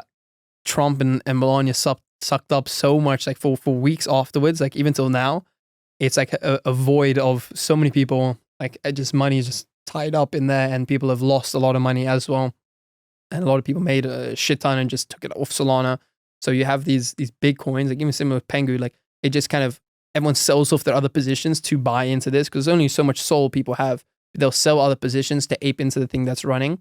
And yeah, Trump and Melania was like the biggest like liquidity black holes that happened. So as Melania ran, Trump just fucking giga candle down. People were selling Trump to be early to the next Trump. So what was your original plan for Trump? Was it like sell a little bit on inauguration day, hold 25%? Like, did you have some sort of thesis with it? I didn't hold, like I knew it was going to be very quick. Like you thought it'd be short-lived, really? I thought it'd be short-lived because if everyone is planning to sell the inauguration, like it's the same. We have these tokens that are like going to 500 million token. Like, okay, say this token is going to 500 mil. like people will start selling at 450. But because people start thinking people are going to start selling at 450, people start selling at 400. But team thinks, okay, people are going to sell at 400, so people are selling at 350. So when you have like these gallstones, or like same with like the MLG token recently, like Aiden Ross on stream is going to buy it.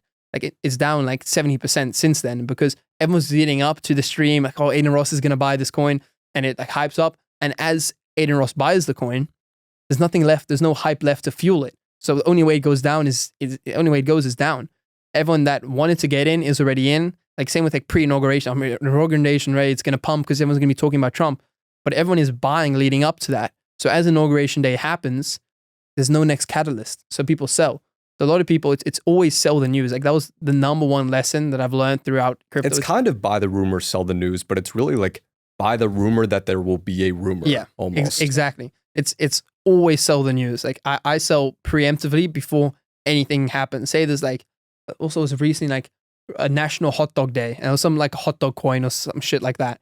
And then like on National Hot Dog Day, like this coin's gonna pump. Like I was like, I guarantee you it's gonna crash like 80% on Hot Dog Day, because everyone is buying it thinking it's gonna pump on Hot Dog Day. So when it doesn't pump, it's gonna sell. So I sold like 2 days before Hot Dog Day, and that was like the Pico top, because some people are like, I'm gonna front run it by 1 day, but you have to like front run the front runners. So it's always like sell into news, and that's how people lose a lot, is because they'll buy a hot dog coin on Hot Dog Day thinking it's gonna pump. But like, no, you should have bought that 2 weeks before Hot Dog Day to get into it. And it's the same with any like Pico event, like inauguration or Aiden Ross on stream buying some coin. It's always people buy up to it happening, and as it happens, it's done. Like this, you need something next to fuel, because meme coins is all hype and FOMO. People need the next thing to grab onto. And while there's no next thing, people sell and they move on to the next shiny object. How long do you foresee meme coins lasting in this cycle? I think meme coins are permanent, but not to the same extent that they are right now. I mean, the volume and the money on chain right now is like absurd. I don't think this will last forever. I think the cycle will come to an end. I think meme coins will stay a thing, and it's just a way to now like monetize attention and gamble on culture.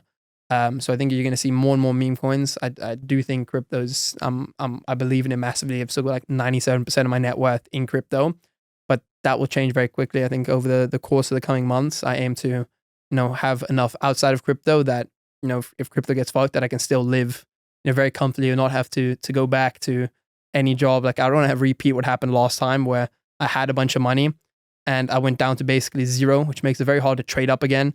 It also makes it very hard to work any type of job and stuff, just because I'm so desensitized to it now. So I definitely, as the coming months, are just going to start selling like 10% of my portfolio when I think we're reaching the top, which I think is very soon. I don't think it's going to last like forever. A month, 2 months? I mean, it depends. For the meme coin specifically, not the... I think meme coins will follow overall market structure. Like as Bitcoin gets wrecked, meme coins get wrecked. That makes sense, it's all very tied. So right now it's the biggest meme coins have ever been. So I wouldn't be surprised if the coming months are worse for meme coins. But there's always runners. Like it's not about the overall market. If you're holding like blue chip projects like Brett and these different type of projects, like I'm not a big fan of that. Like my side of meme coin trading is getting into things like super early, like as they get launched, and getting out super early. So it doesn't really matter what Bitcoin is doing, because these are like, I'm holding coins for an hour, 30 minutes. So as long as there's runners and there's teams and you're able to identify things, like there's always a market for that. I think the overall blue chip projects are going to get wrecked like 80%, 90%, because people get into plays, say like Dog with Hat or Dogecoin. Like, these are good projects, but they're meme coins, but you're not hitting the 1000Xs on that. And everyone is seeing, this 15-year-old just $10,000 into $45,000. Like that doesn't happen on these bigger projects. So it has the meme coin level of risk without the meme coin level of potential return. So I think pump fun and fresh launches are just going to become more and more popular, because it's even like the next level of gambling. There's more hype on it. There's more risk on it. Like I think it's going to be similar to sports betting. Like I think it'll always be around, but not as mainstream as it is now. What's your biggest loss on crypto? My biggest loss, like it was actually in a couple of hours, was the morning of my English exam. This was it was last year. It was like one of my final exams, and it was as there was the war situation with Iran send missiles to Israel, and the markets just shit themselves. So I had a bunch of leverage positions open, and I try to stay away from leverage. But at that time, I was just badly positioned. I really thought we were going much higher, and I had a bunch of leverage open. I thought the whole war thing was unnecessary FUD. Like I really just didn't believe that there was going to be like more countries getting involved in the situation. I had a bunch of leverage open. I went to sleep, and I woke up and I checked my email. It's just liquidated. And it was a $250,000 that I like not unrealized losses, like realized losses gone. Like I've had times where my portfolio will swing down 10%. All of a sudden, it's also like 6-figure losses. But that was like that money was gone. There was no even if the market bounced back, like I was liquidating out of those positions. So I sat there. I'm like, holy shit! Like that's a lot of money. Like that's like a Lamborghini, that like just gone just like that. And I went and just sat there for a couple minutes. I thought, shit, like what am I gonna do? Shit, I need to study. Like I went and I'm like studying. Like I always used to wake up early and study for exams like the morning of. So I wake up, I check. I'm like, shit. I mean, nothing I can do. I go to study. I'm like writing my exam, and then as I finish writing my exam, I'm like, damn. Then it like really hit me. Like been putting it off because I'm like stressed now about this exam. And then as soon as I finished the exam, like my heart just sunk. I'm like, it's a lot of money. And at the time, my portfolio was already like down. That's why I was using leverage. I was kind of chasing bigger gains. So it was a big chunk of money that I was worth at the time. And it was just like this sinking feeling. And I'm like, I'm such an idiot. Like looking back, it was so clear. Like, when you're looking back, it's like, damn, it was so obvious. Like, why did I use leverage? I'm such an idiot. And yeah, that was one that stung like really badly. Because I try not to use leverage.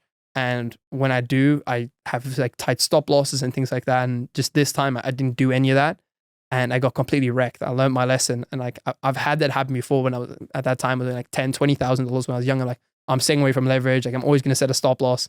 And then I'm like, this time I didn't do it. Like, why didn't I learn? Like, I've already lost money this way. Like, I'm such an idiot. So you kind of beat up on yourself because of it. But yeah, $250,000 like overnight. I've also posted this like quite publicly. And that was like one of the worst feelings. At what age did you hit $1 million in liquid? 17. 17? And was that from a specific play? It was kind of just my overall portfolio. It was BitTensor Tau that was one of my best gainers like earlier this cycle. An AI coin that I went like really heavily on, and that also ran super well. And then it was I woke up and I checked my portfolio and it was like 1,080,000.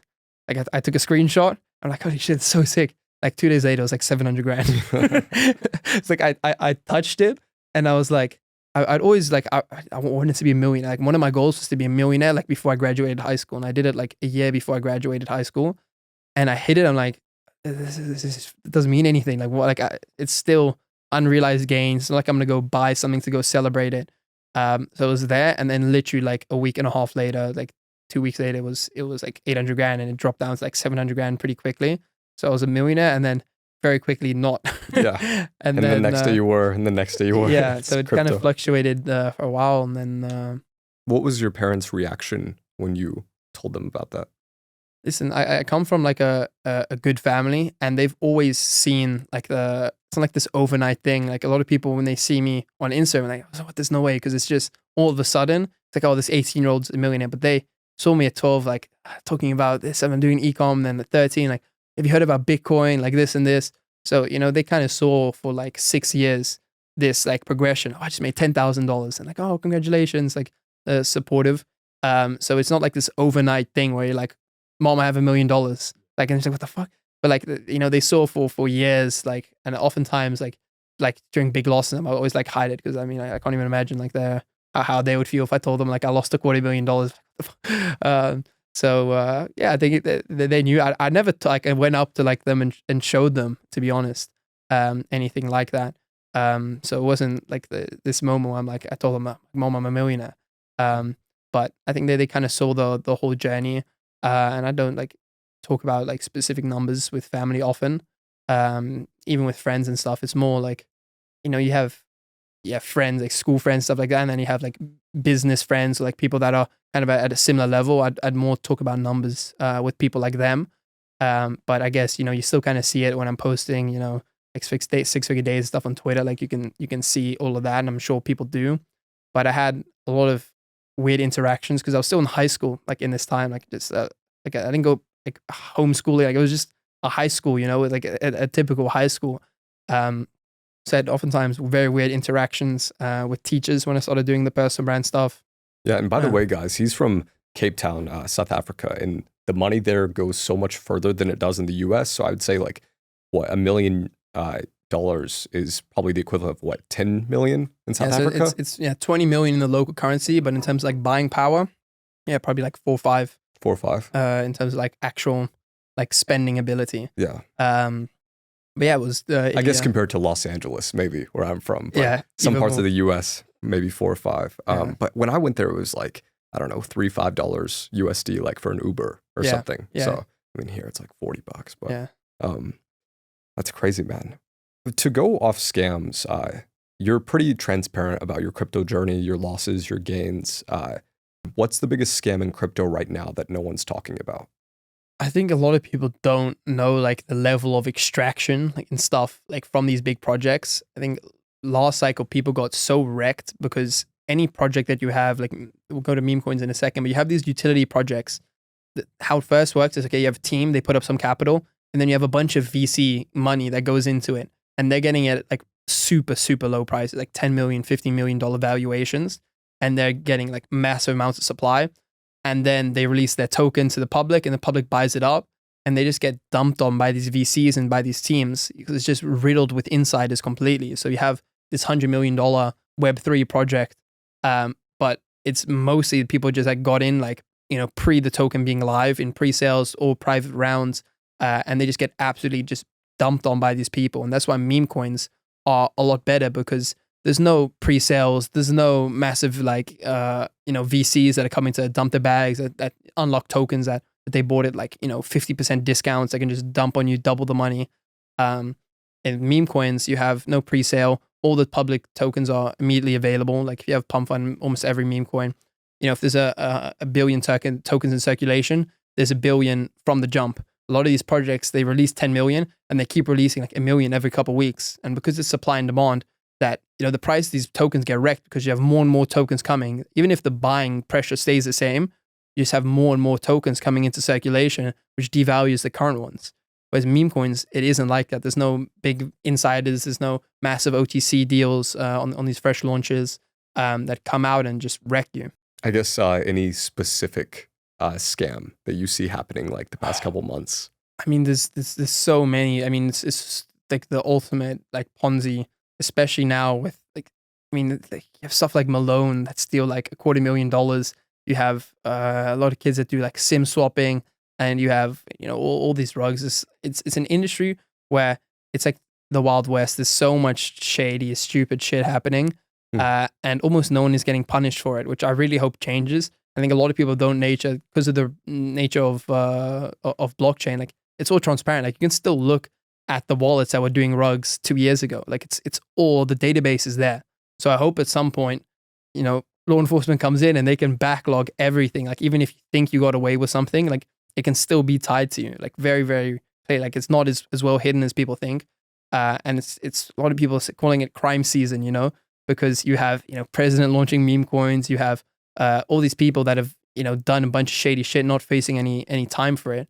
But I think the biggest scams are just people just launching and farming these coins, like these big influencers. Again, the baby launched like 3 days ago and rugged the fuck out of it. Like you have all these big names that just use their audience as just a piggy bank. They'll launch a coin, and most of them have no intent of ever going through with it. Like off launch, a bunch of people buy in, their fans buy in, and they just get wrecked. And it's like every couple of days, there's some new celebrity that does it. How did the Tuah girls steal $50 million? Yeah, so the Tuah thing, they went like the complete wrong direction. They had a massive pre-sale. So I know a lot of people that got into the pre-sale at super cheap levels, and they had no locks on the tokens, which usually you have for pre-sale. So you had all these tokens that were bought at pre-levels, instantly unlocked on the market. So people put in 100K and all of a sudden it's worth 500K. They can just sell 500K into the market. Much of people say, oh, it wasn't her fault, like it's a scam. When you sell tokens at like pre-open market, it's the same as just dumping tokens. They just sold them preemptively. So the team was just super greedy and pre-sold a lot of the tokens, and then of course people are going to sell them when they're up like ridiculous amounts. They also raised like $2 million of fees. It was just run terribly, and all these celebrity launches are because it's never the celebrity themselves that are behind it. It's some shady team, some stupid like greedy people that reach out to us like, hey, we've got $1 million for you, like promote this project. And they go out and promote it, but then understand that the reason they're getting paid $1 million is because their fans are losing more than $1 million from it. It's a PvP game, so every cent that someone makes, someone else loses. So these influencers get paid stupid amounts because their fans cumulatively are losing like insane amounts from it. So you have these teams that reach out to these people, often undoxed, or sometimes, often these Hollywood type people that know someone to reach out to them like, yeah, we've got $1 million to promote this project. They promote it, and these teams just max extract as much as they can from their fans. So get them to tweet it like, hey, it's not me, it's hack. Like, I'm going to push this. This is going to be we're going to send it to the moon. And it's the same thing every time. It just candles up, and then the team just dumps and it just gets wrecked. How could they have gone about it in a way that yielded a higher market cap, or like them to extract even more value? Because that seemed like pretty short-lived, but I think they could have had more potential. How could the team have made more money, or how could they run it properly? I guess what is the proper way to do it in your opinion, I guess? A fair launch, I think, which you have, but by fair launch is basically where all the tokens are immediately put into circulation. You don't have any insiders. There's no pre-sale. There's no unfair advantage. You create the pump fund and you tweet the ticker. And, even though these things never have any lifespan, it's a proper way to do it because no one is getting an unfair advantage. People, take profits, and there's new people coming in, and you get less of this like giga candle up and down. You just build an actual community around it. She promotes it not once with some Twitter thing, but she talks about it. She puts it in the back of a podcast. She creates like a merch store, and you can buy Talk Tuah merch with Talk Tuah coin. That way you can have some type of utility tied to it, some incentives for buying. If you hold 10,000 tokens, you can watch the premiere of the new podcast 2 days before it goes live.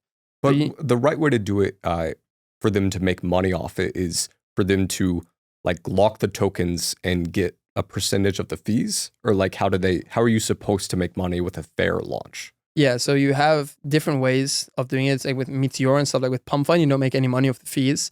The only way that they really make money is selling tokens. And oftentimes, like the best teams, they'll sell tokens not in the open market, but say there's some whale that wants to get Talk Tuah, like wants to buy $1 million worth, they'll give them $1.2 million worth of tokens for $1 million. So that way, there's no big sell on the open market, and the whale has like locked tokens. Then they have $1 million worth of tokens that they unlock like $10,000 every day or something like that. So they can't just sell, make 200 grand profit. That's often the best way because there's no losers in that scenario. The whale gets to take position with locked up tokens, and they get to take some money which they can use for whatever it is. And the rest is just very softly selling it onto the market. Like a lot of people want to make money off it, but if you're selling massive clips onto the market, you'd be better off like $500 every couple minutes, like offloading it like that, where it doesn't have any real effect on the price, but at the same time you're still raising money to go spend on marketing or to spend on whatever the team. Yeah, I think a solution that you're kind of working on with this is you're building something called Candle TV. Can you tell me a little bit about that project? Yeah, so Candle is kind of a Pump Fund competitor, and for people that don't know what Pump Fund is, it's basically a Solana launch pad. And out of all the companies in crypto, Pump Fund makes by far the most money. They make $10 to $15 million a day, which is insane. For reference, Coinbase, with a couple hundred employees, NASDAQ traded, they make $2 million a day profit. Pump Fund is a team of 6 people with 3 main people, and they make $10 to $15 million a day, which is like the most profitable business in all of crypto there's ever been, like point blank. And there's no real competition for it. Like with exchanges, you have Binance, Coinbase, with these Telegram trading bots, which also make like insane money. You have, Nova, you have Trojan, you have BullX, Photon, all these different platforms. But the biggest piece of the pie, which is Pump Fund, there's been no meaningful competitor for it. So although it's not my project, I'm working with them, and there's a massive and great team kind of behind the scenes, and it's not like so some random coin. It's like it's a proper company with some of the best teams in crypto. I mean, like, I mean, you've met some of the team involved. It's A players, so I'm a small part of that. That kind of is my play for this cycle, is to kind of build this $1 billion company and have a small part of it.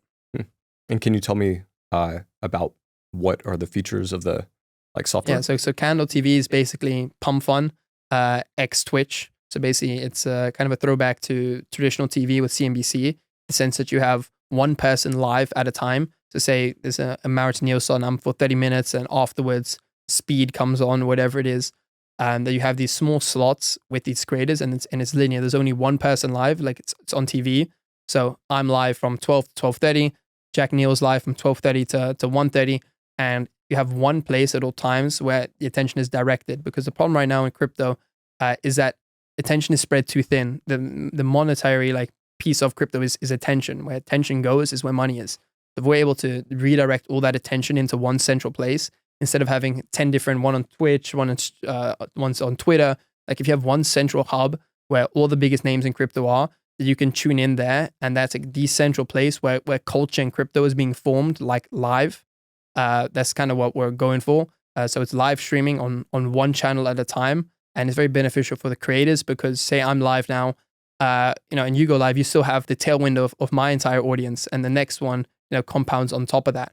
At the same time, it's a launch pad where basically people can create tokens similar to Pump Fun very easily without having to pay anything. And then the people streaming get a large cut of 50% of the revenue generated. Pump Fun is making a couple $500K an hour. So as a creator, you'd be earning $250K an hour if it gets to the same level. Even if it's even a tenth of that, is $25K an hour. With the team I think we're going for a larger market share. It's tough. It's not my company, but I'm excited about the idea of it and filling a kind of role into a bigger company. Yeah, I thought Pump Fun had live streaming. Why are there no crypto live streaming softwares? So Pump Fun did have live streams, but they got pretty crazy. I think a lot of people in crypto that have seen it, Pump Fun turned off the live stream feature 3 days after turning it on, because the live streams were crazy. There were people get this coin to $1 million market cap, and I'll show you my girlfriend's boobs. People that were at $1 million market cap, I'm gonna shoot this gun. So people shooting guns into the air on live stream, and this makes people want to buy. It was pretty funny to see. But there were some crazy ones as well. At 500K market cap, I'm gonna eat dog food. There were ones that at 500K market cap, I'm gonna smack my mom. So you had all these crazy things, and because did the guy take his own life, or did he say he was going to? Yes, there was one that at 10 million market cap, I'll kill myself. I don't know if it was real or faked, but there was some guy hanging in the corner. I don't know if it was real or not. But things like that, and then Pump Fun got banned in 20 countries instantly because of people shooting guns, of people bestiality and crazy shit happening, and because it wasn't curated, anyone could go live on there and just have a token attached to it. Whereas with Candle, it's curated, it's invite only, it's already established creators. It's not just some random guy in Angola that can go live and fucking film himself a pig with the token attached to it. There's no crazy stuff like that happened with Pump Fun. Yeah, it seems like a pretty interesting product. I could see a lot of people wanting to tune into that, especially since it's just one at a time. I could see people people are on Twitter all day already, since all this Memecoin stuff. I could see people just sitting there and watching Candle all day long. Very interesting platform. But yeah, I wanted to do a quick round of this or that with you, just on some different projects. We're not going to pump anything. These are fairly high market cap things, so I don't think you have the power to pump something with over 500 million market cap. Maybe you do. Cool. So crypto, this or that. Bitcoin or ETH? Bitcoin. Bitcoin or Solana? Solana. Really? Bonk or Pepe? Pepe. XRP or Doge? Doge. Fuck XRP. You don't think XRP will surpass Bitcoin? No, it's not going to $589. For people watching, bro, XRP, every post is why aren't you buying XRP? I hate the community behind XRP. It's probably the worst people in crypto. And they're not crypto people. They're XRP people. The XRP community is it's a running joke in crypto. They're not in anything else. They're just in XRP. And it's 35-year-old dads with that have put their entire 20K into XRP. It will probably do well just because of how cult-like the community is. But it's people, it's just bullshit. Like it's going to replace Swift and all of this. Like it's not going to happen. And the price targets that they put out are so ludicrous. Like it's not going to multiple $1,000s. It's not going to flip gold. Like XRP it's a piece of shit. But it has a cult-like community, so it performs pretty well. Like it's outperformed a lot of things. But I hate XRP. Oh my gosh, I think the guys who made it were like the richest people in the world for one day when it pumped originally. Okay, Cardano or Chainlink?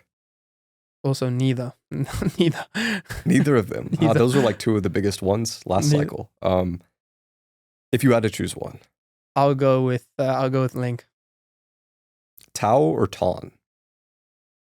See, now I want both. Tau is great, but Ton has done a lot for me, so I'll say Ton. Trump or Melania? Trump. Trump or Pingu? Fuck Pingu. No, listen, Ben, it's not, I'm diverging from the this or that, but I lost like a stupid amount of money on Pingu. As much as I think it will do well, I think they messed up by having it launch at such a high price. And doing such a big airdrop, like it was destined to just get sold off. So I think they approached it wrong, but I still think Pengu will do well. But I forever will hate penguins. Like penguins used to be my favorite animal. Like I'll smack the next penguin I say just because I lost a lot of money on that. Oh gosh. Yeah. What happened with Pingu? So like it launched like first hour. What was the market cap? It was like 2.5 billion. It touched like 5 billion. How does that even happen? It's not off like buys that are coming in. They had a really high initial market cap and they did like insane high airdrops. They gave like a couple 100 million if like a way to like holders. Like I had people that were airdrop like 100K per like pudgy penguin that they had. And when you get sent 100K, they just clip it. So there was like so many sells that were coming. Like people just got given free tokens. And when you get given free tokens, you sell the tokens. So it's like insane sell pressure. And I didn't buy off launch because I thought it was going to be super PvP like it was. But then it dipped like 30%. I'm like, it's a good buy zone. I'm slamming in like 100K. It keeps dipping. I'm like, fuck it, more. What a good entry, 100K. And it's like keeps dipping. And then Trump comes and I like sold some Pengu to ape into Trump and Melania. I think they just played it wrong, especially with market timing as well. But it's a good team. It's probably do well. But yeah, it's been a rough one for me, that one. ETH is layer 1, Solana's layer 1, but ETH was the main meme coin one for the last cycle, and Solana was for this cycle. Do you think there will be something that replaces Solana? Completely. I'm very, very bullish on Binance Smart Chain. So last cycle was all Ethereum and some Binance Smart Chain on PancakeSwap. So like SafeMoon and Memecoin and all these coins from last cycle did really well on. This cycle, it's been exclusively Solana. Ethereum is slow and expensive to use and difficult to build on. And they've kind of haven't embraced meme coins. Solana has leaned into it. Vitalik and the Ethereum Foundation, they haven't been very pro meme coins and they missed out on billions because of it. Solana has taken the opposite route. They've like completely embraced meme coins. They see, how big the potential market is, and it's most of what Solana is now is a meme ecosystem. I think Binance Smart Chain, because CZ is the most powerful and the richest guy in crypto. CZ is the owner of Binance. He recently got out of jail. He got proven innocent on all his things. He's worth 50 billion. And Binance is they're the biggest players in the game. Like there's all these different cabals. Binance is the ultimate cabal. I don't see them letting Solana take all the meme coin attention. I really think Binance Smart Chain is the for the coming months is the biggest for meme coins. In just like last week, they had a coin run from like 0 to 300 million on Binance Smart Chain. They just listed it on Binance because they have ultimate power. Like with it, they have the biggest whales, the biggest volume is from Binance. They have the most users. They're 100% going to come for Solana's piece of the pie just because there's too much money. And the problem with Solana is it's become so easy to trade on Solana and so cheap that nothing lasts anymore. You have these big candles and then you have these big candles down because it's basically free to enter positions through Telegram bots, through Jupiter. It's become so insanely easy and frictionless to get in that people aren't incentivized to hold anymore. And these other chains like Binance and like Ton and like all these different ecosystems that have meme coins as well, is that it's a bit more complicated to get in. So when you buy a coin on Binance Smart Chain, you specifically convert, some stables into Binance Smart Chain to buy that coin, and it actually lasts. Like I hold 0 of my Solana positions overnight. Every time you wake up, it's down 80%. So because it's frictionless to buy and sell, and there's so much going on. There's a new coin every couple seconds that you sell and you buy the new one. Whereas on Binance Smart Chain, you have longer spans. Like coins actually last multiple weeks, multiple months. You have actual community building, and it's back. It's kind of what meme coins were last cycle. And Solana is super competitive. You have like 10,000 people that are like actively trenching all the time. So it's very PvP. Whereas kind of Binance Smart Chain is more of a longer time horizon. There's a couple projects that I really like on Binance Smart Chain. Like even this morning, I bought like 50K worth of Andy. It's not financial advice. But you have these projects, say like Andy, for example, that they lost. It is 246 on, what day is it? Wednesday the 12th. Let's see how this plays out. The current market cap is 25 million. So when the podcast comes out, we'll see what it's at. But yeah, so you have projects like this that they last a lot longer, and it's already been around for a couple months, and you have these projects that just perform better on these different chains because it's less PvP and it's less GT than Sol is. GT?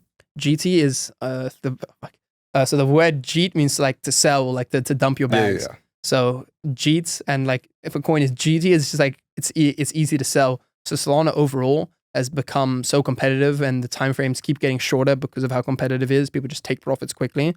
Whereas the other chains don't have that because it's slightly more expensive to use, slightly more difficult to use because it's still like in the infancy stages. And because of that, things actually last, and you have these coins that just not just boom and boom. It's like slowly you have actual charts and actual community building on them. Let's talk a bit about like some alpha type stuff. What coin or like what narrative do you think would yield like $1 billion market cap coin, or what would have to happen to have like a really successful meme coin? What are some things you're thinking about? Like I know you said the thing about you said his name is CZ, the founder of Binance. Like him saying the name of his dog, or Elon like getting a new pet. I know those are two big narratives, but what are some other things that could be really big? Narrative is now very much tied to people. Like currently we're kind of in a creator meta. Where you have like Dave Portnoy's coin runs to a couple 100 million. You had Melania and Trump. You have Daddy with Tate. You have these different personalities now pushing coins because all the funny memes have already been done. We've seen all the dog coins. We've seen all the cat coins. And when there can be plenty of dog coins and cat coins, but to creator, like there's only one coin that can really be tied to it. Like if Kanye drops a coin, there's only one Kanye coin. As much as there's funny Kanye memes, like if he endorses a project, like that is the Kanye meme.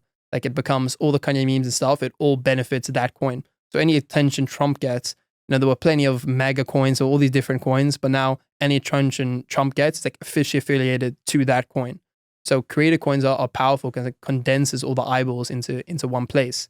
I think that's the meta for the current months. I think we'll see a lot of people. I think Kanye will drop a coin. You do? I do completely. I think there's a bunch of other people that I think like tier 1 people that I know are in the works. And now that Trump has done it, it's kind of opened the floodgates. If the president can do it, anyone can do it. So a lot of people with a lot of attention. I don't think Elon Musk would. I think that would be the biggest meme coin that could happen, but he's too rich to bother with something like that. But you'll see a lot of people, big rappers, big YouTubers, big influencers overall. I think you already saw Country drop a coin. The Central African Republic just dropped a coin, which is a piece of shit country, but won't be long before France drops a coin. What can a France coin go to? The Central African Republic coin, it went to 25% of their GDP.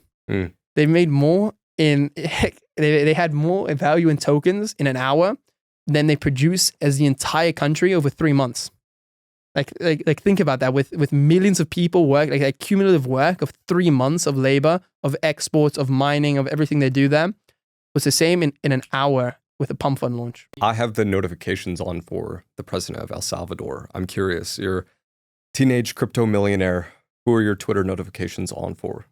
I have so many Twitter notifications on, but I also have a bot basically in Telegram that I track like 100 different people, and it's basically just constantly pinging, and I can go through there and see it. Like when I'm fully like dialed in, I have a Twitter tracker, I have a wallet tracker, I have the chart, and I have my bot. Basically, I have 4 different things. So I have one on my phone just typing for the Telegram. Then I have the chart on my PC, and the other half of my PC is wallet tracking. That I have the chart, and I can see basically what different wallets are buying. And then I'm typing on Telegram kind of at the same time on my Mac. So that's kind of the setup I go for. It looks a bit like autistic when you see, what the fuck's going on. But that works pretty well. Do you have like a system for, let's say Kanye posts a CA contract address? Do you have a system for like auto copy pasting that, like, and trading it instantly? Yeah, so you have with I have a Chrome extension called NovaClick, which basically, like, as soon as someone sends me a Telegram like CA or whatever, I can literally just click on it and just buy it instantly. And I have like a default of like 10 Sol. So I can literally just like off Twitter. I don't even need to open the chart or anything. I just click on Twitter and it just identifies as a contact address. I can just buy it straight from there, straight from Telegram, or I can pull up the chart and buy it from there. So that's that would have been very helpful last week. Because else you're pasting it and you're going. It's all about speed. So I personally have that, and then I share all my plays as well. Like I just open a free group basically where I want to have like really high conviction stuff that I send in there. I don't send any low market cap coins. Like I don't send stuff unless I'm like in heavy. Then I kind of send it in there as well. Past 6 months, is it like your main money has been made through some of these layer 2 solutions, or has it been mostly meme coins? Recently, mostly meme coins. And has it been snipes, or has it been like buying dips? And like, do you ever day trade them a little bit and like buy the dip, sell it, buy the dip?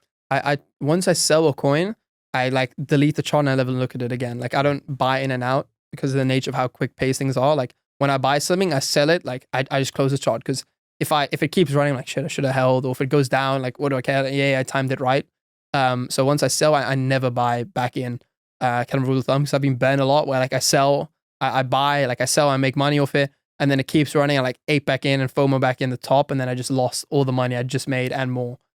So I have like a rule of thumb that I never rebuy the same project. Like for meme coins, with utility coins, a bit different. Like I'll buy Bitcoin again and whatever it is, but off these like short pace meme coins, I'm out and I stay out. Like I don't ever But really. do you sell? When do you sell 100%, or do you never sell 100%? No, I usually do sell 100%. Some people leave moon bags, which like they leave like 5% in case, but those 5% add up. It's like, oh, it's only $100.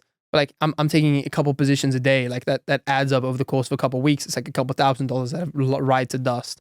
So I'd rather just take the extra $100 and maybe it moons another 100x and I miss out. But I'd rather just keep getting those $100 because likely none of them ever moon. Yeah, that was my issue with Dave's coin. I like sold at 10 mil market cap, like on a 10x or something, or 20 mil market cap, and then he just randomly started tweeting about it again, and it went crazy. And I was like, oh, gosh, I shouldn't sell everything, I guess. There's a rumor GTA 6 might have an in-game cryptocurrency. What impact would that have on the entire industry? It would be very smart. If GTA 6 launches a coin, that coin would make them more money than all of the game sales together for all the previous GTAs combined times 10.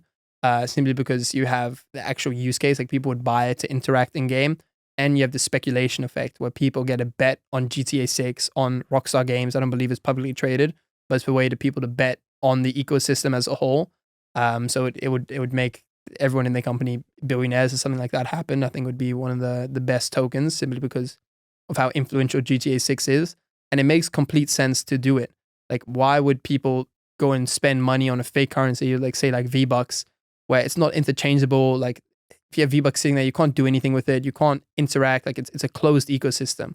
Whereas with GTA 6, if they really want like an open world, like kind of what the game is, if you have this in-game currency, you can spend it and buy a car in-game. You can go buy, all these different things in games, and you can move it over to other Rockstar games. You can move it over to GTA 5.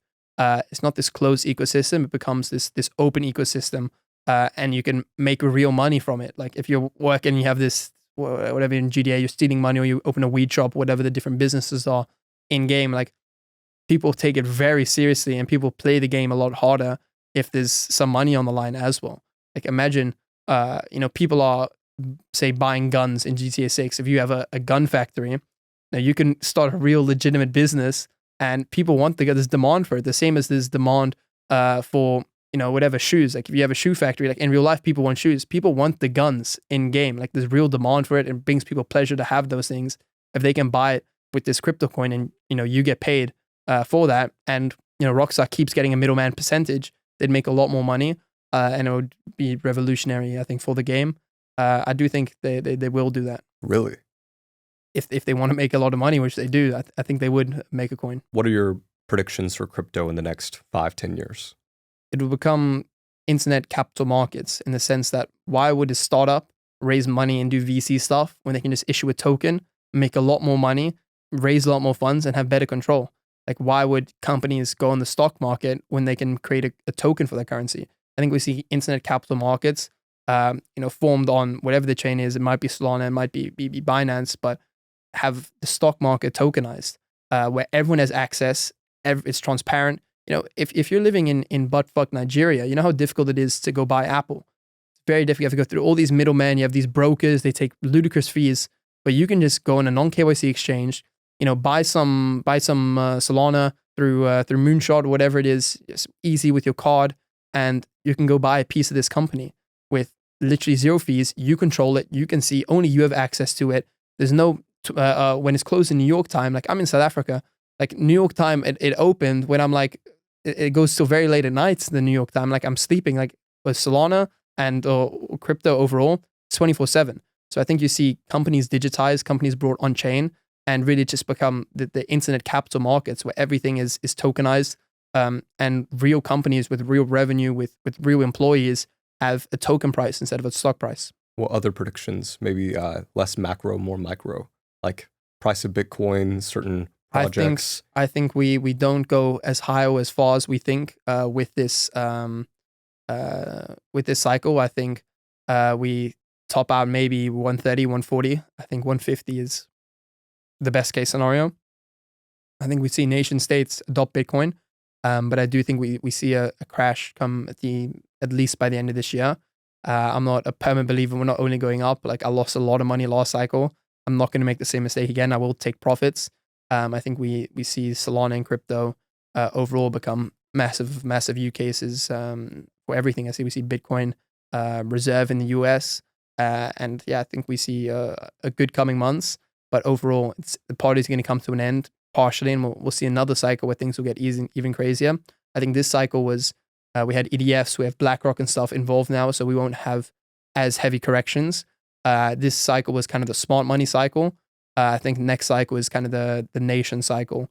We might see a couple early movers. We already see El Salvador and stuff embracing Bitcoin, but I think next cycle you have EU put 5% of their backing in Bitcoin and these other things. And I think we don't see an alt season this cycle, which last cycle alt season like changed my life. And I bet heavily on alt season like this cycle, whereas these lower market cap coins, say plays like Polygon, we have solid projects that aren't meme coins, that have some utility, that are layer 2s or even competitor layer 1s.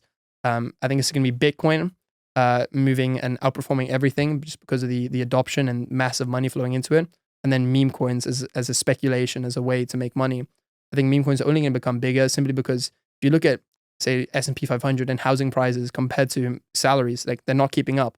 Like, I think a lot of people feel the only way they can make it out is through gambling and through meme coins. So I think a lot of people see no other way out than to hit 1,000x. Like, it's a sad world how it's gone to, and people make it look super easy on social media. But I think a lot of people really believe like the only way out is meme coins, and once you hit a crazy play on meme coins, it devalues like your sense of money forever. Like, after I've made like a couple $100,000 in minutes, like, I can never now go work for $2,000 a month. And I think it's ruined the perception of money for a lot of people, and it's just going to become the greatest casino in the world, meme coins. Yeah, so you've had a lot of success making hundreds of thousands, millions of dollars in crypto. And I've seen on your Instagram that you're connected with some of the people I've had on the podcast, like Luke Belmar, for instance. How did you get introduced to Luke Belmar?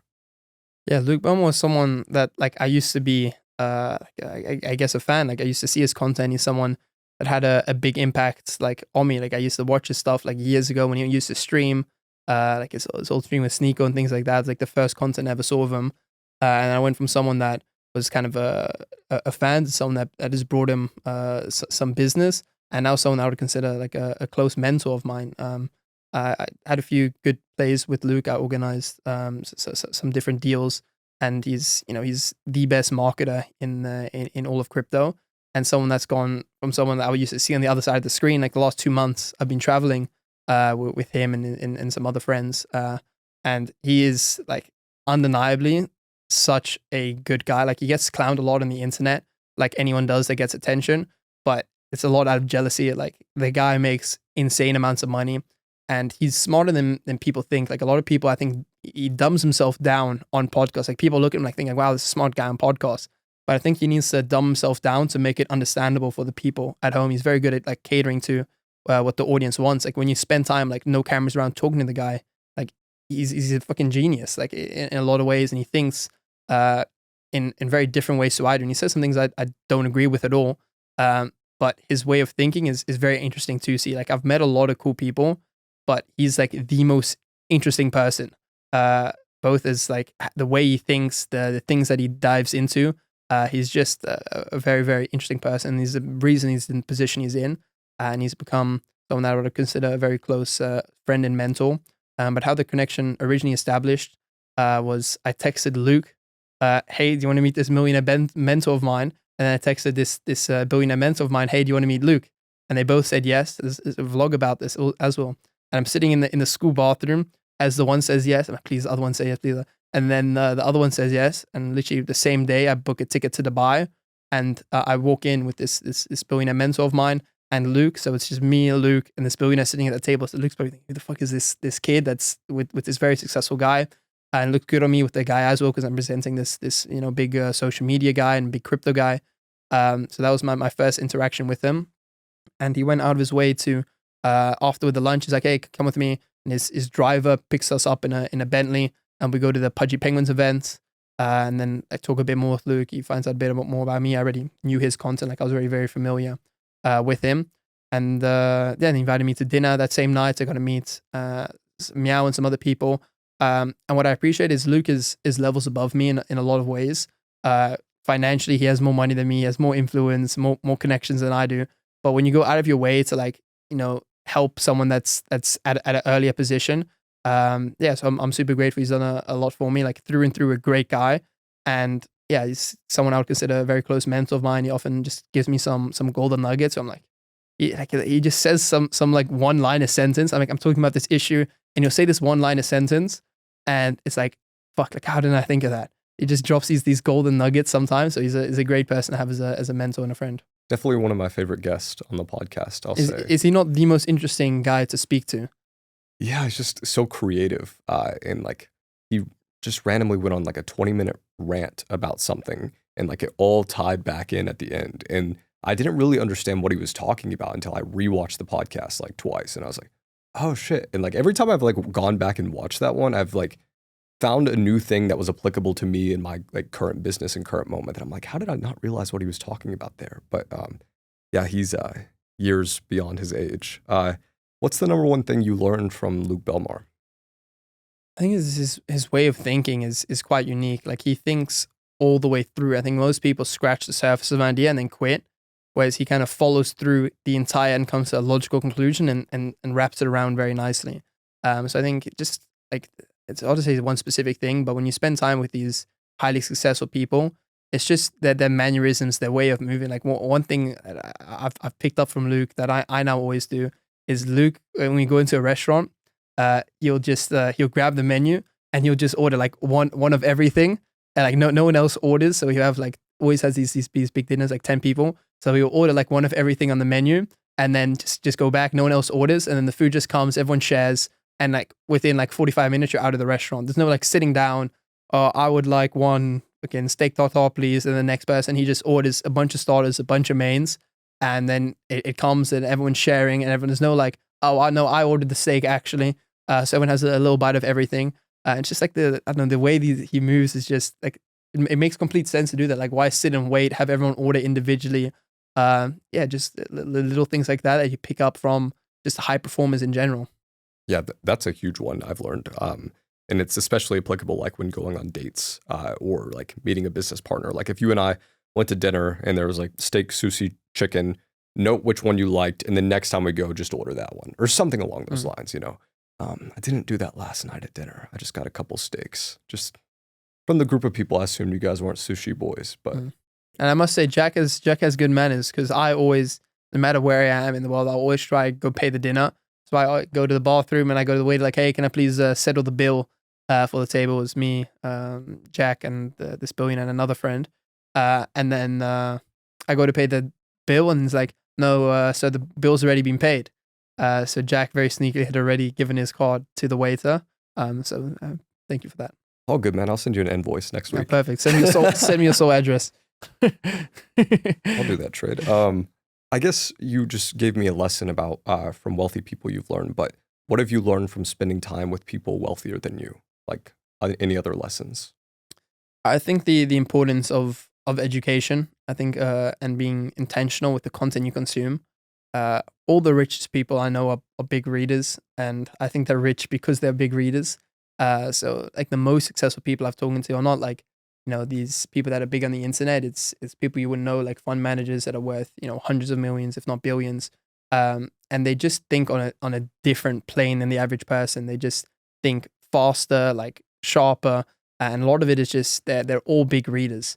And I'm a big proponent for reading. I think everyone should read, and especially it's difficult now because how overstimulated we are with TikTok and Instagram. But spending time like reading a couple books, like it's going to benefit you so much more. Something that did really well for me is because he was a 16-year-old kid, and I started talking about this book with this guy, and he knows this book, and he's like, "Oh, have you read this book?" I'm like, "Yeah, I have read this book." We start talking about that, and then it's like, "Oh, we talk about 5 different books that he's read, and I've read all of the same ones." And he's like, "Holy shit! Like, how the fuck is that possible?" And it's the only place where you can get knowledge from. Like, I'm gonna recommend 3 books to the audience.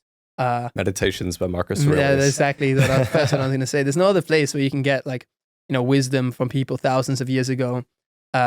Like written and condensed in a good way. And there's so much more effort goes into writing a book. You can watch a podcast. It's very easy to sit and talk on a podcast. When you're like taking intent to write something, people take years to write a book. So every word is way perfectly like structured out. And although it's very easy to listen to a podcast on the go, a book is methodological. Like they have a purpose. They want to teach you something. So it's much better curated.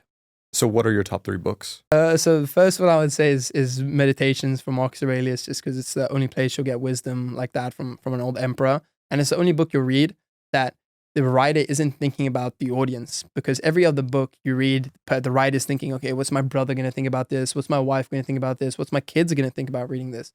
But Meditations are like the raw insights. Like he didn't actually want it to be published. It's his own journal. So it's the only book you read that hasn't been through the filtration process of every other book.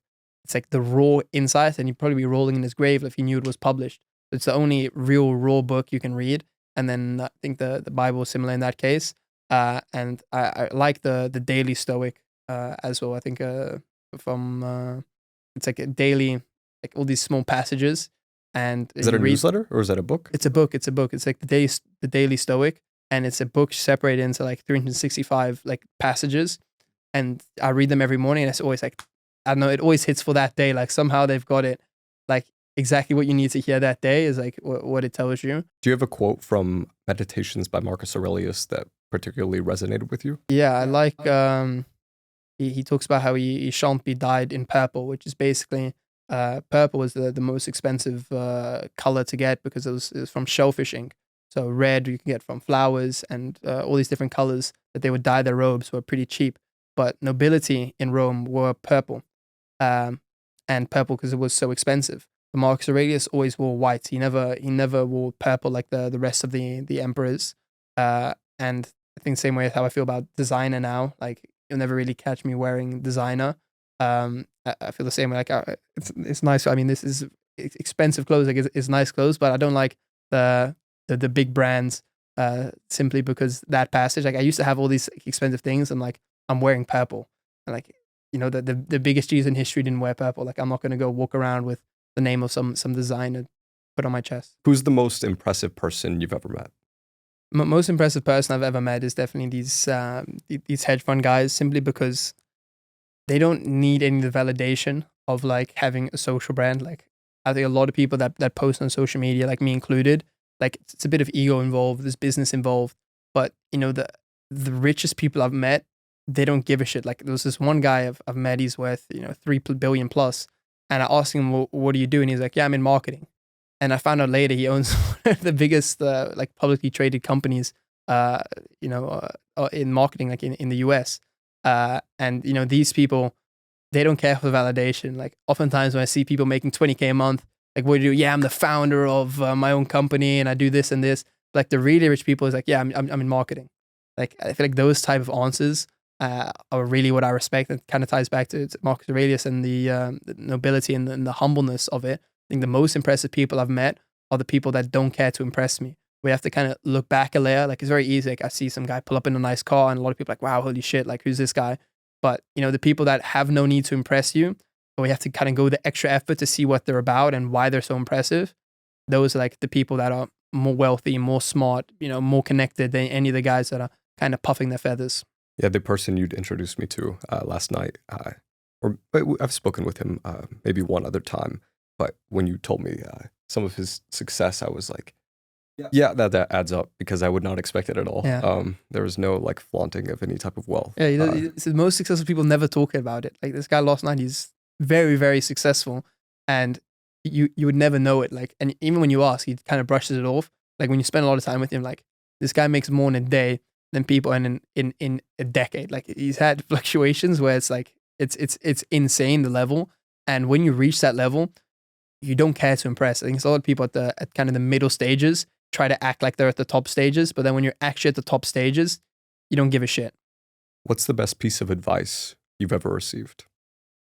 I think a lot of people spend so much time looking for this one golden nugget. Like, I remember sitting as a kid, I'd watch through hours of podcasts of everyone, of Iman and Tate and Luke, and I'd sit there and I'm like waiting for them to say this one thing that's going to flick the switch for me.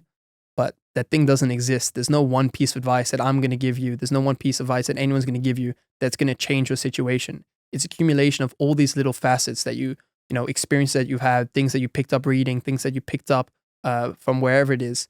There's no one golden nugget that's going to change something. And I think that mindset is detrimental, because everyone is waiting, like, what's the one thing I need to do to get rich? What's the one thing I need to do to get in shape? There's no one solution. There's no quick pill. Everyone wants this, this easy to digest one-liner that someone's going to tell them that's going to change their situation.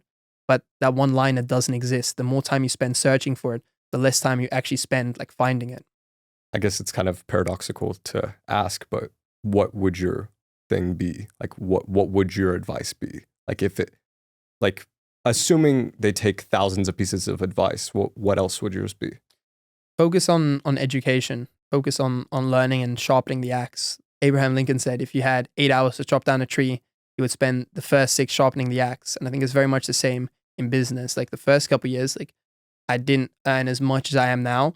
And I was super focused just on bettering myself, reading every day, meditating every day, going the ice bath. Like, as much as I don't do those things as much now, I was sharpening the axe for years, like just getting better with people, getting better at the markets. And it accumulates, like, over time. You'll see, like, business isn't this thing where it's like this linear trajectory up. Like, you're flat, you're flat, you're flat, you're flat. And then all of a sudden in a week, you make a couple months worth of money, you make a couple months worth of connections, and all of this happens like over this time. And it's very easy to become like, demotivated during these flat periods, because like nothing's happening. I work so hard, nothing's happening, but it's all stacking up behind the scenes. And all of a sudden you have these explosions up, and then you have flat, flat, flat again. And it's very easy to give up in those trenches where nothing is happening. But if you're putting in the work and you're compounding, then it makes those highs go so much further. And then no one really quits. When you're winning, and you don't quit because things are working. But it's in those flat, stagnant periods where a lot of people give up. I think just keep like sharpening yourself. Like, even if you don't know what to do right now, like, how can I make my first $100? Like, just go read a book. Like, it's not going to make you a lot of money, but go read a book, go work on yourself, and just better yourself as a person, that when the right opportunity comes, and you'll know it, that you're able to fully pursue it, like, to the highest point. Guys, we're going to have him do a quick crypto demonstration trying to flip a meme coin. He was successful, if this is in the video. So, so walk me through what you're doing right now. I know it might be hard to multitask. Are you like texting your group chat? So I've just been offline for like the last 2 hours filming the podcast. I'm just kind of checking what's happened the last couple hours. It's so quick paced that there's always something happening. Right now I'm just checking the group chats. I see there's been some run-ins that have happened. What have we missed out on? There's full send, I think, launched. I see a full send coin that's at 15 million. Like, when you're offline for like even a little bit, there's a lot that happens. Oh, you're joking. I can show, like, for example, so in the chat, so here's like a wallet tracker. So I'm going to screen record this actually, so we can edit it in. Yeah, for example, here you have like a wallet tracker. So I have this wallet called Find Early Mooners, and then I can see that they swapped 6K. They say they sold Motion, this coin that it's at 21 million market cap. They sold and they made 15%. And here you can see that this person sold out of this position. So this guy, Frank Degods, he bought Motion at 15. Frank Degods is quite a popular person. He's one of like, the most tracked wallets. He's good friends with a lot of people we were with yesterday. But so basically, he bought 100 SOL of this coin Motion at 21 million market cap. So I can go here, check what it's at now. So you basically just copy the contact address, and go to Deck Screener, paste it in. So here there's this coin Motion that you see the wallets are tracking on. You can see the chart and the basic stuff here. Like 80% of my trading is when I'm traveling is just on the phone, unless I'm like super locked in at home behind my PC. It's basically just checking the basics of these projects, scrolling Twitter, and then kind of it's a recent launch. So people try draw like technical analysis on coins that just launched. Like these are all 1 minute candles. Like you can't do anything with that. But at 50 million, I always feel like I'm already late. So I'll usually just try. 50 mil market cap, or how much liquidity is that? Let me check. It's at 360K, so quite low. Because it's a launch on Orca, not on Pump. But basically, you're just like scanning these chats and tracking these wallets. And what liquidity would you enter at on average? I mean, the liquidity kind of depends on the liquidity is based on the market cap, because liquidity is a pool that's some Solana, and then the rest is in tokens. So as the tokens go up in value, the liquidity increases. Say you have 10,000 tokens and the tokens double, then all of a sudden the worth of the liquidity pool also doubles. So it's more about the market cap. It's more about the. So you're entering like 10 mil market caps or 20? It depends on the play. Like sometimes I'm entering like 50K market cap coins, but then you're not putting a lot in. You're only putting a couple Solana in. But if you're putting a bigger coins, then it's much bigger market caps. And it depends on your goal. Like if you have a couple Solana, there's no use of going for like very very big coins. Like because 50 million like maybe runs to 100, it's a 5x. Like it's not gonna be crazy. Whereas if you're finding like 50K market cap coins, you have the potential for, if it goes to 100 million, that's like a 2000x. So I see this CZ dog Toro, but it's like not confirmed to be his. No, so he'll tweet tomorrow what his dog is. But would you buy this one in case that is true? What's the market cap? 3 mil liquidity, 740. 700. Is this the real one? I don't think it is. But oftentimes you have these fake ones that get cabaled very hard into it. Maybe I missed the tweet, but that's like insanely high. 700 million. Tweeted by Crypto Cabal. Yeah. So Twitter is a great place to kind of just scroll around and see what's happening. But the Telegram group chats are much better. Like that's where you get the real information.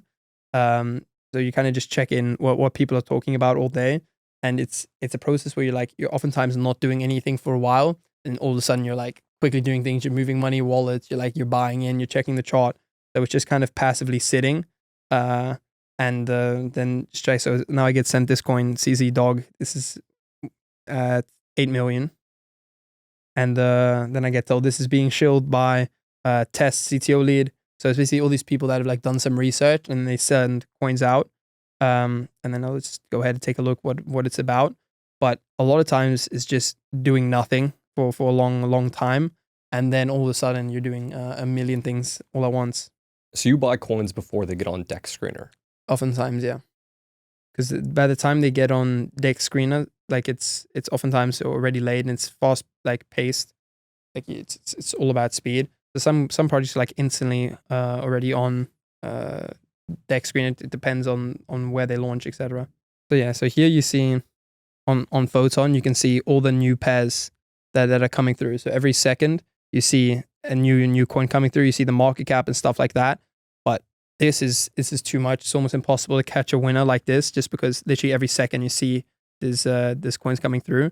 So then you can kind of go to Memescope here, and then you can create more filters. So you can say about to graduate, which just means about a bond. So these already it's already at least like 80K market cap. So it get rid of like the complete ones that never get any buys. And then you can go to graduated, which like these are freshly graduated pairs. And so I see a coin here, say Lonely Guy. So say I can just go here, copy the contact address.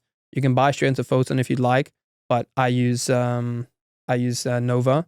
I don't have Nova Click set up on my phone, but so you're on Photon Wallet, and then you went to Memescope, and then you went to you have a Nova trading bot on Telegram. Exactly. So say I copy the contact address here. So I literally just copy it. I go straight to Telegram.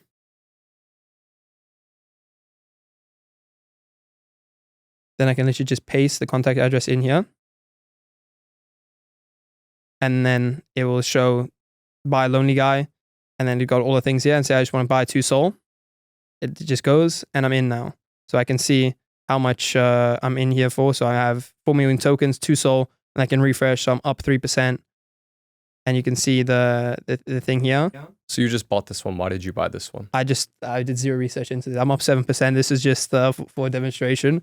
But usually I would look into a bit, but say now I'm up 7%, so 0.1 Sol, which is like $30. So say I want to sell now, and I can sell out, and then I can see my P&L. So I made money on that. That one was just complete gambling. But so yeah, you can see it's out here, and this is just you made like what, just $40? Yeah. So my end was with 3%. So I made $13. Just like that, it's an hourly wage. But when it was sitting and you're like actually just like scanning here, these are just freshly graduated coins. Talk me through some of the filters you might use, or is it mainly just tracking other wallets? It's oftentimes tracking wallets and then checking Twitter. So say I see like Elon Musk just tweeted something, and then says like a coin yesterday was he tweeted Hairy Bulls. Then you see here and you see a coin that's about to graduate called Hairy Bulls. Then you buy that like straight off of here. And then as more and more people connect the dots, they're buying this coin as well. And I can show like what this Hairy Bulls coin went like insane. And how are you and these wallets you're tracking, is it like you have your own custom people that you're tracking and you have like some group that tracks them, or? Yeah, so I have you have different bots that you can set up to track these wallets. And then just part of the group chats I'm in, they just have so some of these wallets already tracked. But we'll look and see if there's anything kind of interesting happening. So here, just Memescope is just like the best way to just see everything that's happening right now. So we'll go to newly created, see if we can hit some crazy X's or quick rug. So like here you see there's 2 pictures, like projects with the same profile picture of like Elon Musk with something. I can almost bet now if I were to open up Elon Musk's Twitter that he probably tweeted something a couple minutes ago. But these are super like PvP. Like this is a fresh launch. These are all like at 5K market cap, like basically nothing. So I'd oftentimes like put on more filters. Like you have at least like 5 holders. The dev is holding like, less than 5%. And then it kind of narrows down the search a bit more. But I'm just, again, for the demonstration, I would gamble on something that just looking at the profile picture. So say here, this coin called Paper Hands. I like the name. So I copy it here. I go to Nova.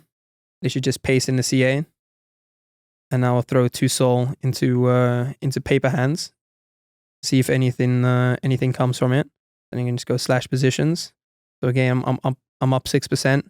See if anything happens to it. Oftentimes, these like when you're buying fresh off launch, no buyers ever come into this project. Like there's literally zero going on. So I might just be the only person in this coin. But you see even though I'm up 6% now, if I were to go sell it, it will probably be less than that because my own sales move the things down. So I think I actually lost like 0.1 on that. But this is like in reality, I'm not sitting here like on these kind of coins. It would be more waiting for big runners. I'd have my X on one thing, and when I see something that's kind of more interesting, you'd look here and you can see the age of all the projects. Like something that's been under bonding for like 9 hours, I wouldn't buy because it's like it hasn't reached 80K market cap in like 9 hours. I'd more look for something that's a couple seconds that like instantly bonded, because it's likely got like some hype behind it. It's got something going, and then you basically just sit here usually on the laptop for hours at a time. At the same time checking Telegram, and then every now and then like there's nothing happening for a while, and then all of a sudden, you hit a few small plays, you bet small, and all of a sudden something big happens, and then it kind of pays off for the entire week's worth of losses. And then I guess last thing about that is how do you find these wallets? You kind of walked me through that a bit, but like how do you get in those Telegram group chats that's in the wallets, or those like exclusive like connections you made in person? Yeah, so some of it is just like it depends on the different group chats. You have some group chats that they have to have met you in person. Sometimes you have to dox a wallet that has over $1 million in it and send them like 2 cents so you prove it's your wallet basically. And GMGN is something you can use for to find wallets. You basically just filter by like more than $2 million profit this month or whatever it is. Then you can find. How do you spell that? Like good morning, good night. Like GM.GM. Yeah. And it's just a site that uses to basically filter out and you find wallets. A lot of people have public wallets as well. Like a lot of the biggest streamers and stuff like that. You can find like there's a site called Cabal Wallets, which I can pull up here, and then you can find like all people that have like found like people's wallets and they just post them on their site and share them with other people. And then there's like a big list of like KWell scan. So here you have all these famous people that in crypto, like Gake and all these people, and you can see like trades that they're making right now. And then there's the subscription services and stuff like that. But on Coalscan you can find like different wallets, and there's all these sites. It's very easy to find. Like a lot of them, some of them paid for, some of them are like this guy selling 60 wallets. Like there's stuff like that you can do, but you can find a lot of it for free with just SoulScan and things like that. And a lot of them are just already like they just make it public. And then over time you just pick up, like you go to, say we go to any coin now. So this Harry Potter Osama bin Laden coin, it's at $1 million. You can go to transactions and you can go here to top traders. And now all of a sudden this wallet made 40K off this coin. So now I can go copy the wallet and then I can see all the plays that they're taking. So I can save this wallet and be like Harry Potter, Osama bin Laden, top trader, and have that wallet saved. And every time they buy something, I'd get a ping. So if you go to bigger wallets, say like Trump, you can see the wallets that made like 20 million off that, and check where they're buying now. Like if you go top traders of Trump, there's some like insane wallets. Like this person with one wallet, $13 million profit, $5 million profit, $2 million profit, and a lot of these are like they have multiple wallets as well. So I can copy this and save it as like Trump whale.